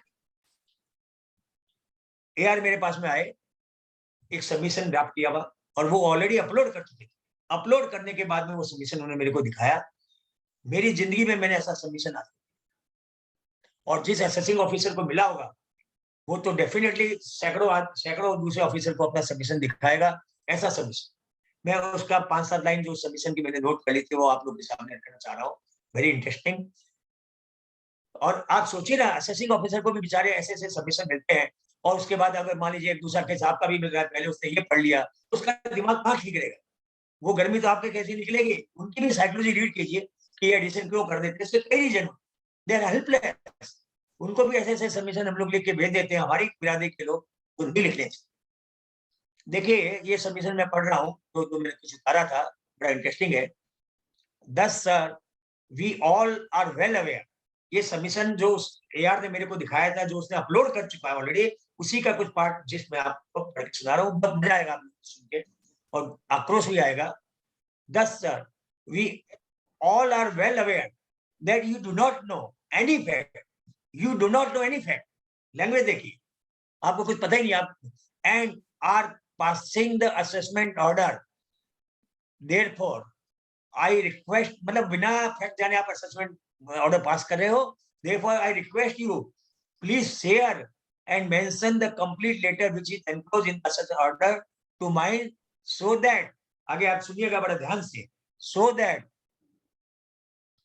after passing the assessment order, if I commit suicide, then this may be treated as my dying declaration as the one which is correct as per Supreme Court. मैं रिपीट कर रहा हूं, the complete letter which is enclosed in the assessment order to mine, so that after passing the assessment order, if I commit suicide, then this may be treated as my dying declaration as the one which is correct as per the Supreme Court of India, and therefore the same edition may be deleted. अब हम अपने show cause के reply को 142 reply को dying declaration मान रहे कि जी my dying declaration. तो बताइए वो पर क्या बीतेगी जब वो ये सबमिशन देखेगा। Also we may be allowed the liberty to challenge the reopening under section 148 of the income tax act as you have not passed the order under section 148 of the excess. Also the same matter, a fitness certificate of the income tax website, fitness certificate of the income tax website may be kindly attached, because on all the days mentioned in the draft order, the same website was not functioning at all. Also, I wanted the method adopted to arrive at 48.30 lakh, because, अब आगे सुनिएगा, ये भी बड़ा important sentence है, because the Ahmedabad investigation wing was under influence of alcohol when the appraisal report was prepared by them. And also in the same case now, the appraisal report and the signature of the commissioner signing the authorization to the reopening of the session may also be shared. Appraisal report को भी share नहीं होती है. Also, why the reopening under section 148 is done and not section 143C, ये तो ठीक है. चलिए अब देखिए. Also, being a government servant, 24 hours on duty, you shall be required to work for 24 hours and give me the information. आप 24 घंटा काम कीजिए बिकॉज आप गवर्नमेंट सर्वेंट हो और हमको आप इन्फॉर्मेशन देते रहिए. ये कोई लेटर होता बताइए? Very bad, very very dirty, very wrong. इस तरह का लेटर कभी भी नोटिस किसी भी ऑफिसर को कभी भी डिपार्टमेंट को नहीं लिखना चाहिए. मेरा कहने का मतलब है कि हम ये नहीं कहते आप लोग ये लिखेंगे कि कोई भी नेक्स्ट बात हमें उसमें नहीं लिखनी चाहिए. और लास्ट पॉइंट कि हर सबमिशन में जो आप सब लिखते भी होंगे कि हमें लिखना चाहिए कि we are ready to furnish all details, further details और further information if asked for by your honour in the next hearing. ये बड़ी कॉमन बात है, लेकिन जो हमें लिखना चाहिए फैसले में जो लिखना चाहिए. तो friends, to summarise, drafting is a skill and can be developed only by practicing it. The more one interests herself with the interest, the better she will become in the process. Good writing can reflect the intentions and preparation of the writer clearly and avoids or reduces complications. Effective drafting is not using flamboyant language, but it is the combination of extensive research about the law, knowing the distinct facts, learning on what not to write or disclose, and being crisp and expressive at the same time. There is no common yardstick to drafting, and what the article speaks is general understanding based on my experience. However, specific situation may result an exception to general rules. I would conclude by saying good drafting is all about expressing yourself and making the reader understand the same thoughts as writer. Besides, it is one continuous journey to keep learning, growing, and evolving. I would like to inform that I am writing, friends, I am writing another book on plan your future through will, succession, etc. And this book will be released very soon. My book, Practical Aspects of Search and Seizure in Question Answer format, has been quite successful. And apart from income tax, friends, I have also started writing motivational and social articles which are being published in newspaper, and I have given 1 and 2 lectures also. And with these words, friends, I thank you for your patient hearing. और कहीं भी कोई गलती हुई हो तो मैं क्षमा का प्रार्थी हूँ, और मैं ख्याल से मैंने अपनी टाइम में कंप्लीट कर दिया. कोई केस कोई भी before sir, very within the due time sir. सुना ही नहीं दे पा रहा है, हिंदी सुन नहीं पा रहे हैं. सर आपने बहुत अच्छी तरह से सर कंप्लीट किया टाइम के अंदर ही sir. Thank you. Any audience have any question, they can unmute themselves and ask. Mahesh, he has probably raised a hand. Krishna Kumar ji, please ask your question. Paras ji, हाँ बोलिए. thank you for your such nice deliberation. There are few small query in my mind. बताइए. In our earlier hearing before NFSC, I asked in 2-3 cases regarding the cross examination, but they never allowed this. So what is the system of the cross examination in the physical assessment? When we request to the AO, then AO has given the opportunity of the cross examination. Yes. But in the NFSC, I wrote 2-3 in my 2-3 cases, but they never gave me the any opportunity. So is there any system for the cross examination in NFSC assessment, faceless assessment? I tell you, ऐसा है कि even when they were physical assessment, in 99% cases वो लोग cross examination की opportunity देते नहीं थे because of prosecutor. In 1% cases खाली cross examination की opportunity देते थे, और ये natural justice पर criminal के बहुत बार cases हमें relief खाली इसी cross examination मिल जाती. तो नहीं दे रहे तो अपने लिए खराब नहीं है, चाहिए अपने लिए। और जहां तक फेसलेस का सवाल है, फेसलेस के लिए चूंकि फेसलेस है सारा चीज, तो असेसिंग ऑफिसर खाली एक ही तरीके से टू माई नॉलेज आपको अपॉर्चुनिटी दे सकता है, एंड वो है अगर वो कमीशन कर देता है इसको इन्वेस्टमेंट बैंक को। अदरवाइज कहीं भी कोई गुंजाइश ही नहीं बनती है कि किसी तरह से भी फेसलेस में cross examination. Cross examination is not the matter of income tax. अगर फेसलेस में उन्हें सुविधा है कि नहीं है, उससे हमें क्या मतलब। क्रॉस एग्जामिनेशन तो हमारा सिविल लॉ की मैटर है, और हमारा उसके हिसाब से अगर क्रॉस नहीं देंगे तो डिपार्टमेंट लूज। तो अगर हमने लिखा है क्रॉस एग्जामिनेशन के लिए और वो हमको अपॉर्चुनिटी नहीं देते हैं, तो it is good for before the CIT appeal. Yes, it is always good for CIT appeal and before ITAT. तो हमेशा यही चाहते थे कि हम में लिखें और वो हमें अपॉर्चुनिटी दें।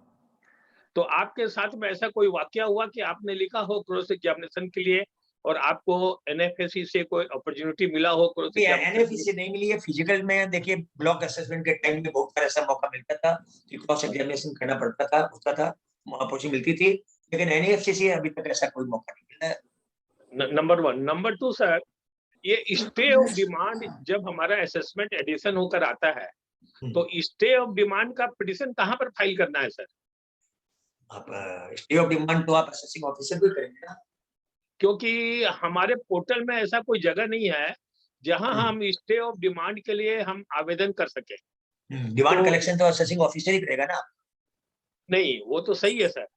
तो नहीं, मेरा 2 सवाल था इसमें सर। एक तो स्टे ऑफ डिमांड का पिटीशन फाइल करना, नंबर 1। नंबर 2, जो 20% देने का जो नियम है, 20% वाला सर, है ना? सॉरी सर, 20% जो देने का प्रावधान है इनकम टैक्स में, तो वो 20% हमें कब देना चाहिए सर?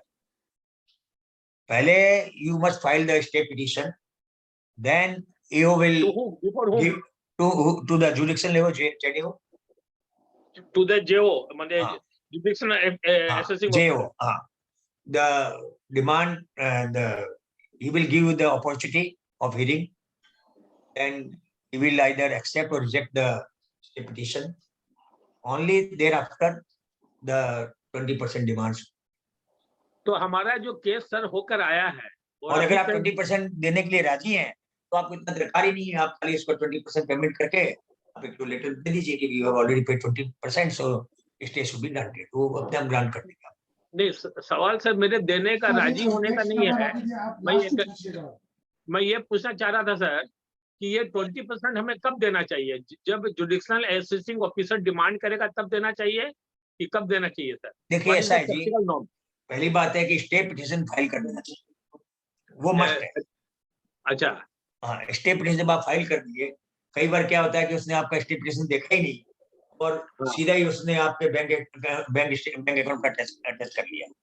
देखिए, इसका कोई फिक्स प्रोसीजर नहीं है। इस ईओ के दिमाग में क्या जाता है, वो क्या कर देता है। वो एक्चुअली बात कर रहा हूँ, लीगली है कि without rejecting your stay petition he can not attach bank account. वो कोई पीओ इशू नहीं कर सकता बिना आपका स्टे पिटीशन रिजेक्ट किया। तो स्टे पिटीशन जब तक नहीं रिजेक्ट होता, एक तरह से आपका स्टे। लेकिन अगर उसने कर दिया, तो या तो आप कमिश्नर को बोलिए, कमिश्नर इसको खोलेगा, लेकिन वो लोग खोलते नहीं, उसके पहले फिर स्टे पिटीशन को रिजेक्ट करके उसको कंटिन्यू कर देते। या फिर आप रिट कर दीजिए, तो रिट हाईकोर्ट भी इसको बोलेगा कि ठीक है, आप इसको खोलिए और आपको फ्रेश इनका पिटीशन जो है हियरिंग कीजिए। सर मैं ये बोलना चाहता हूँ सर कि जब वहां से एनएफएससी से ट्रांसफर करेगा केस को, उसके बाद अगर हम लोग स्टे ऑफ डिमांड और 20% का, देखिए 20% जो है, ये तो बता दूं कि ये कहीं भी लॉ में ये नहीं लिखा है कि 20% जो है वो आपका माने फाइनल है। 20% एक वे आउट है कि भाई 20% आप देखो तो हम आपको स्टे दे देंगे। लेकिन बहुत even high court as various high court जिन्होंने कहा है कि बहुत से केसेस में 20% की जगह 10% भी स्टे मिला है, 5% भी मिला है, 15% भी मिला है। और सीआईटी चाहे तो वो को मैंने डायरेक्शन दे सकता है कि 20% की जगह 10% करो। 20% एक वे आउट है, लेकिन ये नहीं है कि 20% आपको देना ही पड़ेगा। केस टू केस डिपेंड करता है। और 154 कहाँ फाइल करना है sir? Let us take another question, sir. हाँ बता लीजिए। Mahesh ji please unmute yourself. Thank you sir, thank you Paras ji. Sorry Kishan ji, अपने फोन में बात कर लेंगे बाद में। हाँ नमस्कार पारस जी। हाँ वैसे तो आपने बहुत छोटी छोटी बातों का विश्लेषण किया है खूब बढ़िया से। थैंक तो यू। मेरे कुछ छोटे छोटे ही 2 प्रश्न है खाली कि एक तो जैसे कोई अपील अगर फाइल करते हैं तो आईटीओ के पास जो भी हमने एविडेंस सबमिट किया है वो वापस से करना चाहिए क्या? एकदम एकदम एकदम करना चाहिए। करना चाहिए। अच्छा दूसरा एक तो क्या हुआ है एक असेसमेंट ऑर्डर में, वो ऑर्डर में तो उन्होंने एडिशन किया है लेकिन कंप्यूटेशन में एडिशन नहीं किया, और वो जो डिमांड लेटर है, डिमांड नोटिस है, उसमें भी 0 डिमांड है, तो क्या करना चाहिए? अरे वाह, नॉर्मली उल्टा तो बहुत बार हुआ है जी कि डिमांड तो कर दे रहे हैं, उसमें उसने एडिशन नहीं किया। तो देखिए अगर उसने डिमांड आई थिंक ऑर्डर से पास कर दिया टाइमली, तो कीजिए मैटर रेक्टिफाई कर देगा इसको। It is a mistake happened from the record because he made addition in the assessment order but could not compute it, so it is a matter of 154। मतलब ये क्योरेबल मिस्टेक है क्या ये? हाँ हाँ, ये एकदम क्योरेबल की बात है। तो नोटिस की मिस्टेक नहीं है, 292 की बात नहीं आती क्योरेबल तो उसने कंप्यूटेशन में एरर कर दिया, तो कंप्यूटेशन की एरर है तो वो रेक्टिफाई हो जाएगी। तो अगर अपील फाइल करते हैं तो डिमांड क्या लिखेंगे? डिमांड तो 0 ऑर्डर के नोटिस के हिसाब से। हाँ ठीक है, पहले उसका 154 आ जाए तो ठीक है, तो लिखिए उसे सीआईटी को क्या मतलब, आप बता सकते हो उस समय कि भाई यहाँ ये मिस्टेक हुई है, लेकिन वो 154 हो जाएगा, आपको बहुत जल्दी हो जाएगा। Please unmute yourself and ask your question. Sahib Chaudhary ji. नमस्कार सर। हाँ हेलो, बोलिए सर। नमस्कार सर। सर एक्चुअल में क्या है, कुछ शो कोज नोटिस अभी आप बहुत बोल रहे थे कि बहुत शॉर्ट टाइम दिया है। एक मैं एग्जांपल बता रहा हूँ, रात को 10:33 पे शो कोज नोटिस इशू हुआ है और आपको टाइम दिया 11:59 तक, मतलब 2 घंटा से भी कम। तो इस तरह के केस में क्या करना चाहिए सर? ये तो रिट कीजिए, और कोई रास्ता नहीं है आपके पास में, क्योंकि इसको एडमिनिस्ट्रेटिव लेवल पे कोई मैकेनिज्म नहीं है क्या कि जो ऑफिसर इस तरह का काम करते हैं उसके लिए? हाँ एकदम है। फेसलेस के लिए आई डोंट रिमेम्बर वेबसाइट बनाई हुई है, आप उसमें ग्रीवेंस में डालिए, कंप्लेंट कीजिए। मतलब अगर कोई इस तरह के नोटिस इशू कर रहे हैं, वो मतलब पूरे सिस्टम और सबको टू द ग्रांटेड ले रहे हैं, इशू ये एकदम ले रहे हैं जी, बहुत केसेस में ऐसा हो ही रहा है, लेकिन आप उनका रात को 10:33 पे आप नोटिस डिजिटल लगाओगे और 11:59 तक आप जवाब दो। नहीं तो इसका तो यही रास्ता है जी कि आप उनको ग्रीवेंस में डालिए, वो वेबसाइट है इसकी, आप मैं फोन में बता दूंगा क्या वेबसाइट नहीं डिपार्टमेंट वालों ने, जो आप कंप्लेंट फाइल कीजिए ना, और यू मस्ट। अच्छा, और एक और केस था सर जो अभी आप ये सर बोल रहे थे, उसका मेरा उल्टा केस कि आपका ऑर्डर में कोई एडिशन का जिक्र नहीं है, उसमें लिखा है कि जो आपने डॉक्यूमेंट सबमिट किया है that is accepted, but computation में एडिशन किया है, तो इसको 154 करना चाहिए कि अपील करना चाहिए? वही मैं कह रहा हूँ, वहाँ डिपार्टमेंट करेगा उनके केस में, इस केस में आप उनको करें तो उसको क्या या पैरेलल अपील भी करना चाहिए? अपील तो ऑलवेज कर देना चाहिए, 150 करके छोड़ दीजिए, अपील कभी तक भूलिए, जब भी हो ऐसा केस तो आप दोनों कीजिए बस। अच्छा ठीक है, thank you sir. Adv Agarwal ji, please unmute yourself and ask your question. प्रणाम Paras uncle, it was a very informative session. बहुत सिंप्लीफाइड वे में आपने सब चीज बताया ड्राफ्टिंग के बारे में। अंकल मेरा 2 सेट ऑफ क्वेश्चंस था विद रिगार्ड्स टू 148A। जैसे in one of the cases before the adjournment date closure order pass हो गया एंड उसमें 148 में केस रीओपन कर दिया, और मेरे पास जैसे मेल आया हुआ था कि आपने जो एडजॉर्नमेंट रिक्वेस्ट सबमिट किया है that has been submitted successfully, तो उस केसेस में क्या करना चाहिए? ये सर मैंने आपको कहा था सर, मैंने अपने सबमिशन में अपने डेलीब्रेशन में प्रिंसिपल्स ऑफ नेचुरल जस्टिस, ये सारे प्रिंसिपल ऑफ नेचुरल जस्टिस का है। आप सीआईटी अपील में जब आप बोलेंगे कि हमको एडजॉर्नमेंट नहीं ग्रांट किया गया और उसके पहले ऑर्डर पास किया गया, तो उससे ऑर्डर नल एंड वॉइड नहीं होगा। आप अगर रिट भी करती हैं और रिट में भी प्रियांशी तुम ये बोलती हो कि सॉरी मैं आप बोलता हूँ, गलती कर रहा हूँ प्रियांशी तुम ये बोलती हो कि हमें अपॉर्चुनिटी नहीं दी गई, हाई कोर्ट इसका will take note of it, लेकिन he will give an opportunity to the assessing officer कि भी ठीक है ये 2 महीना में इनका ऑर्डर पास करो, 3 महीना में ऑर्डर पास करो। इससे बेसिक कुछ नहीं हो सकता। हाँ, एक बात जरूर है, बॉम्बे हाई कोर्ट ने अभी 2-3 केसेस में कॉस्ट लगा दी है असेसिंग ऑफिसर के ऊपर इस टाइप की मैटर्स। तो कोई अगर स्ट्रिक्ट जज होगा और अगर असेसिंग ऑफिसर पर कॉस्ट लगा देगा, साहिब जी आपके भी केस में मैंने कॉस्ट लगाने की संभावना होती है, अगर आप रिट कर देते या अभी भी तो कॉस्ट लगा सकता था इस टाइप के केस।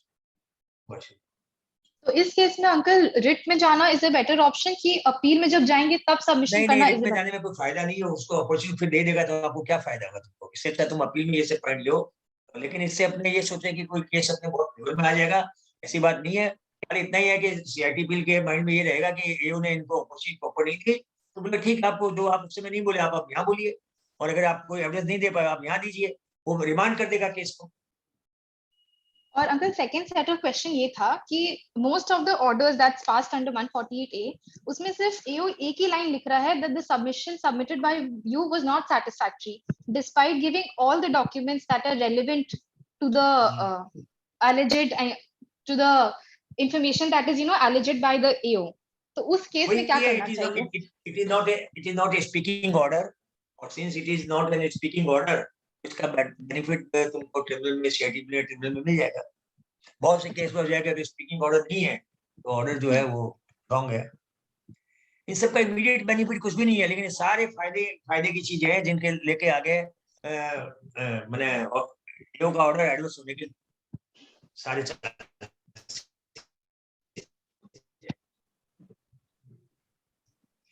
इस बार इतनी गलतियां की एओ लोगों ने क्योंकि टाइम बहुत शॉर्ट थी सबके पास में, और उन गलतियों से तो हमें नाराज नहीं होना चाहिए, हमें तो खुश होना चाहिए कि बाद में हमारा बन जाएगा। Thank you so much uncle. Smith Saurabh, please unmute yourself and ask your question. Yes sir, thank you sir, thank you. Yeah. Sir, नमस्ते सर। हाँ नमस्कार, बताइए जी, हम लोग मिले थे शायद। मैं sir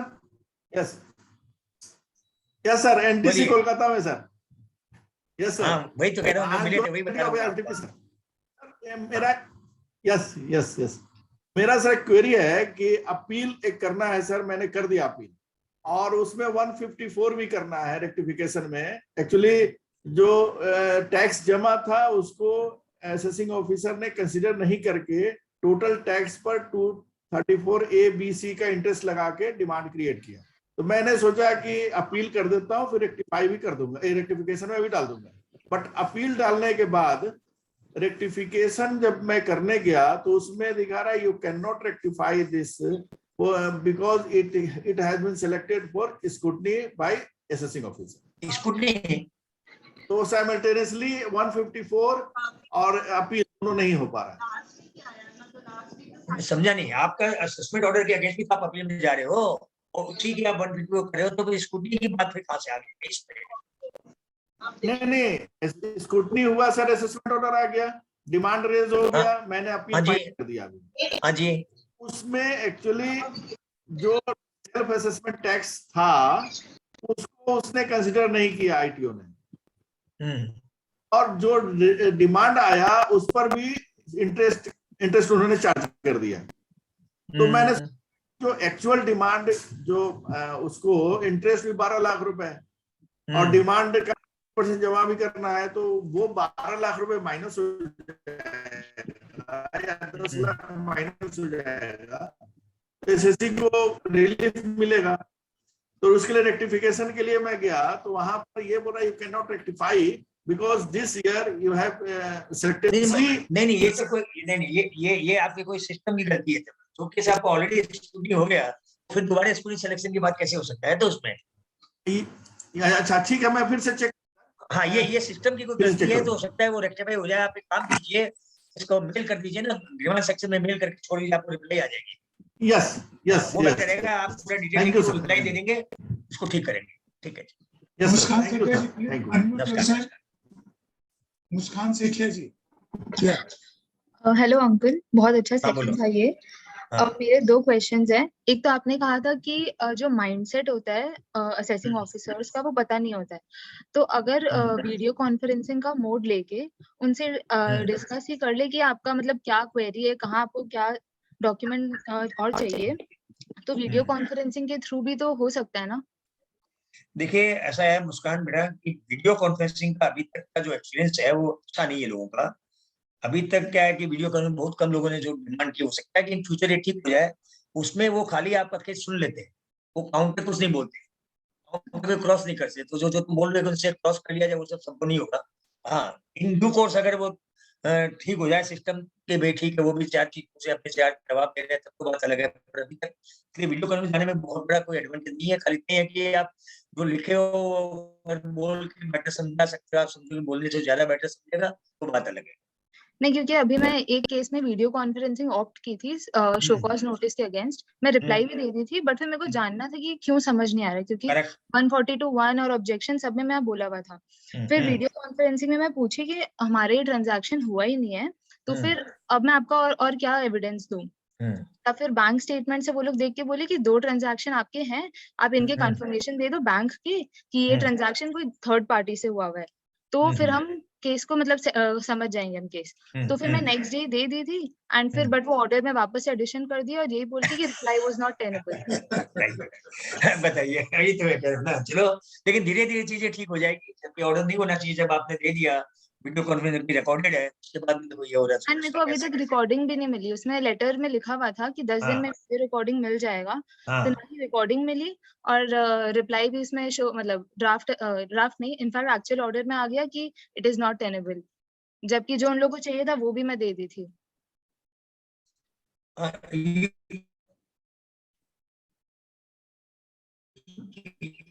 You send reminder for the video recording. Okay. And एक और मेरा क्वेश्चन है, वो है कि एक केस में जैसे 142(1) और ऑब्जेक्शंस में पूरा डिटेल सबमिशन गया था। ऑब्जेक्शंस में तो हर एक पॉइंट को काटा हुआ था, तो वैसे पूरा डिटेल सबमिशन गया था। और 142(1) भी जो नेक्स्ट आया था उसमें भी पूरा डिटेल हर डॉक्यूमेंट सब गया हुआ था। बट फिर शो कॉज नोटिस में आता है कि आपने 142(1) का कंप्लायंस ही नहीं किया और उस बेसिस में ही फाइनल ऑर्डर हो जाता है।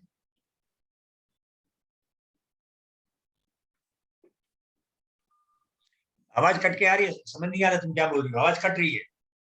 अब आ रही है क्या आवाज? हाँ, मैं ये बोल रही हूँ कि अगर ऑब्जेक्शन के टाइम और 142(1) के टाइम पूरा detail submission with complete evidences वो सब फाइल हुआ है अगर। ना फिर कट रही है। मुस्कान डोंट माइंड, तुम हमको फोन कर लेना, मैं बता दूंगा। तुम्हारी आवाज कट रही है। ठीक है। हेलो सर, एक चैट बॉक्स में तुम फोन कर लेना, मैं बता दूंगा। हाँ सर, एक चैट बॉक्स में एक क्वेश्चन था, is order under section 148 clause D is appealable? No, it is not appealable. आप रीड कर सकते हैं, you can go for the read. Nikita, you can unmute yourself and ask your question. नमस्ते uncle. नमस्ते uncle, last year एक notice आया था हमारे पास 148 का 31 मार्च को। मतलब उसमें डेट लिखा था नोटिस में 31 मार्च, लेकिन वो आया था एक्चुअली 1 अप्रैल को सुबह 5 बजे।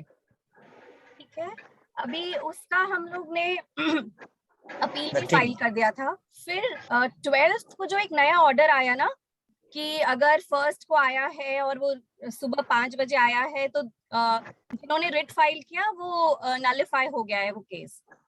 सर लेकिन हम लोग ने तो ऑलरेडी अपील फाइल कर दी है, so how shall we go about now, because we did not go for writ. नहीं, आपकी आवाज पूरी नहीं आ रही है। यू मीन टू से कि अभी जो अपने 31 मार्च की जो नोटिस है वो 1 अप्रैल को मिली है, उसकी आपने रिट फाइल कर दी, आप बोल रही हो? तो पिछले साल, हाँ पिछले साल सर 31 मार्च 2021 का डेट था उसमें, लेकिन वो अपने पास आया था 1 अप्रैल को सुबह 5 बजे 5 AM। 1 April 2021। Correct, 1 April 2021 morning 5 o'clock. So there was this recent judgment which was passed on 12th April 2022 कि अगर आपके पास ऐसी कोई नोटिस आई है जो 1 अप्रैल, अगर नोटिस में डेट 31 मार्च लिखा है लेकिन फिर भी अगर आपके पास वो चिट्ठी 1 अप्रैल को आई है तो वो इट इज नॉट वैलिड। पर हमने अपने केस, वो तो उस केस में था जब हम लोग ने रिट फाइल किया था। हमने अपने केस में अपील फाइल कर दी है ऑलरेडी। ठीक है। What should be our course of action sir? ये आप 14-15 के लिए बोल रही है ना सस्पेंड किया, जो अभी जो सब मार्च की नोटिस अप्रैल में फाइल हुई, वही तो? करेक्ट। अब उसमें तो कुछ बोलने का रहा ही नहीं ना। Matter is pending for supreme court and supreme court की हियरिंग का ऑर्डर अभी 2-3 दिन में आ जाएगा, within a week maximum. अगर सुप्रीम कोर्ट इन नोटिस को नल एंड वाइड करता है तो आपका सीआईटी आपको नल एंड वाइड करके केस को खत्म कर देगा। लेकिन सुप्रीम कोर्ट बोलता है कि नोटिस वाज वैलिड, तो फिर आपका अपील में फिर ये लीगल पॉइंट खत्म हो जाएगा, फिर एक्शन लेना पड़ेगा। तो इसलिए we should wait for supreme court order. हजारों नोटिस का ये हाल होना, हजारों रिट फाइल हुई है। अब चाहे अपील आपने रिट की या नहीं की है, अल्टीमेटली फेट तो सबका वही होना जो सुप्रीम कोर्ट बोले। Thank you Sir, such a wonderful session, sir. It was such a wonderful, so many questions. So we are unable to take all the questions, but we are Mahendra ji, most of the questions. एक merger का था।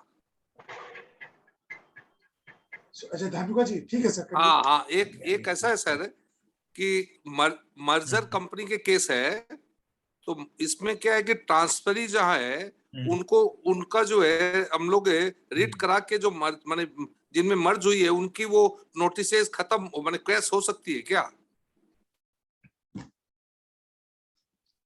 हाँ, आवाज आ रही है sir? नहीं लगता उनका। हेलो, हाँ आवाज आ रही है? मैं आज ही तो आवाज आ रही है आजकल में जी, तो उसके हिसाब से आज सुप्रीम कोर्ट का जजमेंट है। मैं डिटेल में नहीं पढ़ा, पर उसमें वो लिखा है कि जब आप जब ब्रॉडफोर्ड लॉस वगैरह का जब आप बेनिफिट उठा रहे हैं, तो फिर क्यों ये सस्पेंड नल एंड वाइड होगा?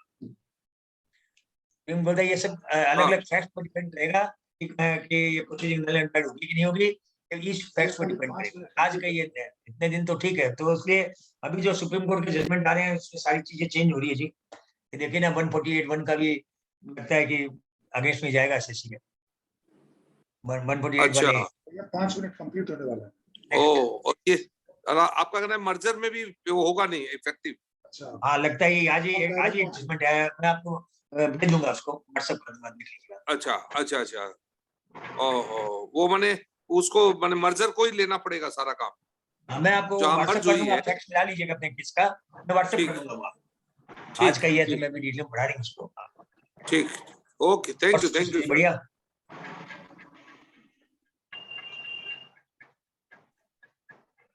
Mahendra bhai, you need to unmute yourself. Yeah. Thank you, sir. For such a wonderful session, sir. So due to the specific time, we are unable to take all the questions, though we have tried to accommodate the most. Now, thank you, sir. Thank you very much, sir. Now, I request Sumit to please offer a formal vote of thanks. Thank you, Mahendra bhaiya. I, on behalf of the association and on behalf of all the participants, would thank Subhash ji in absentia and Paras ji for such a nice deliberation. Sir, your deliberation, as usual, was very practical and was, it was from a practicing professional's point of view, that how it was fully practical कि आप कैसे उसको जवाब दे, क्या नहीं करे। और मुझे लगता है मेरे जैसे काफी प्रोफेशनल्स को इससे बहुत फायदा हुआ है, और आपका मैं बहुत शुक्रगुजार हूँ कि आपने हमें समय दिया और हमें हमारे साथ अपना अनुभव शेयर किया। Thank you so much sir. Particularly Paras ji, आपने जो वर्ड बोला था, if required, yes, what we have to use that, if required. That was a very that was a wonderful explanation. Your question not clear to me. आप क्या कहना चाहते हो? Sir आपने एक वर्ड बोला था ना, if required, what we have to do. तो सर उसमें आपने बहुत बढ़िया से एक्सप्लेन किया सर। if required तो अपने को क्या क्या देना चाहिए इसमें? if required के ऊपर मैं विश्वामित्र में महेंद्र जी, मैं 1 महीना पहले अपने आर्टिकल में ये चीज लिख चुका कि ये जो if required का क्या मतलब है, कि ये कंपल्सरी आर्टिकल 1 महीना पहले मैं आ चुका। हाँ, मैंने तो अभी सुना सर, बहुत अच्छा लगा सर उसमें if required। मैं एक चीज नजर में लाना चाहूंगा कि अभी भी हम लोग 102 पार्टिसिपेंट है, तो आप समझ ही सकते हैं कि हमारा सेशन कितना इंपॉर्टेंट और कितना बढ़िया है। वेरी गुड सर, ये तो पारस जी का सेशन था, लास्ट तक अभी भी तो बहुत अच्छा था, लेकिन पारस जी को कहीं निकलना बोल के अपने ज्यादा क्वेश्चन दे लेता। Thank you sir. Thank you so much sir. Thank you Mahendra ji. Thank you, Sumit ji. Thank you, sir. Thank you, sir. Mahendra ji will end the session. Yes, please. Thank you so much, all. Thanks for participation. Thank you, everyone.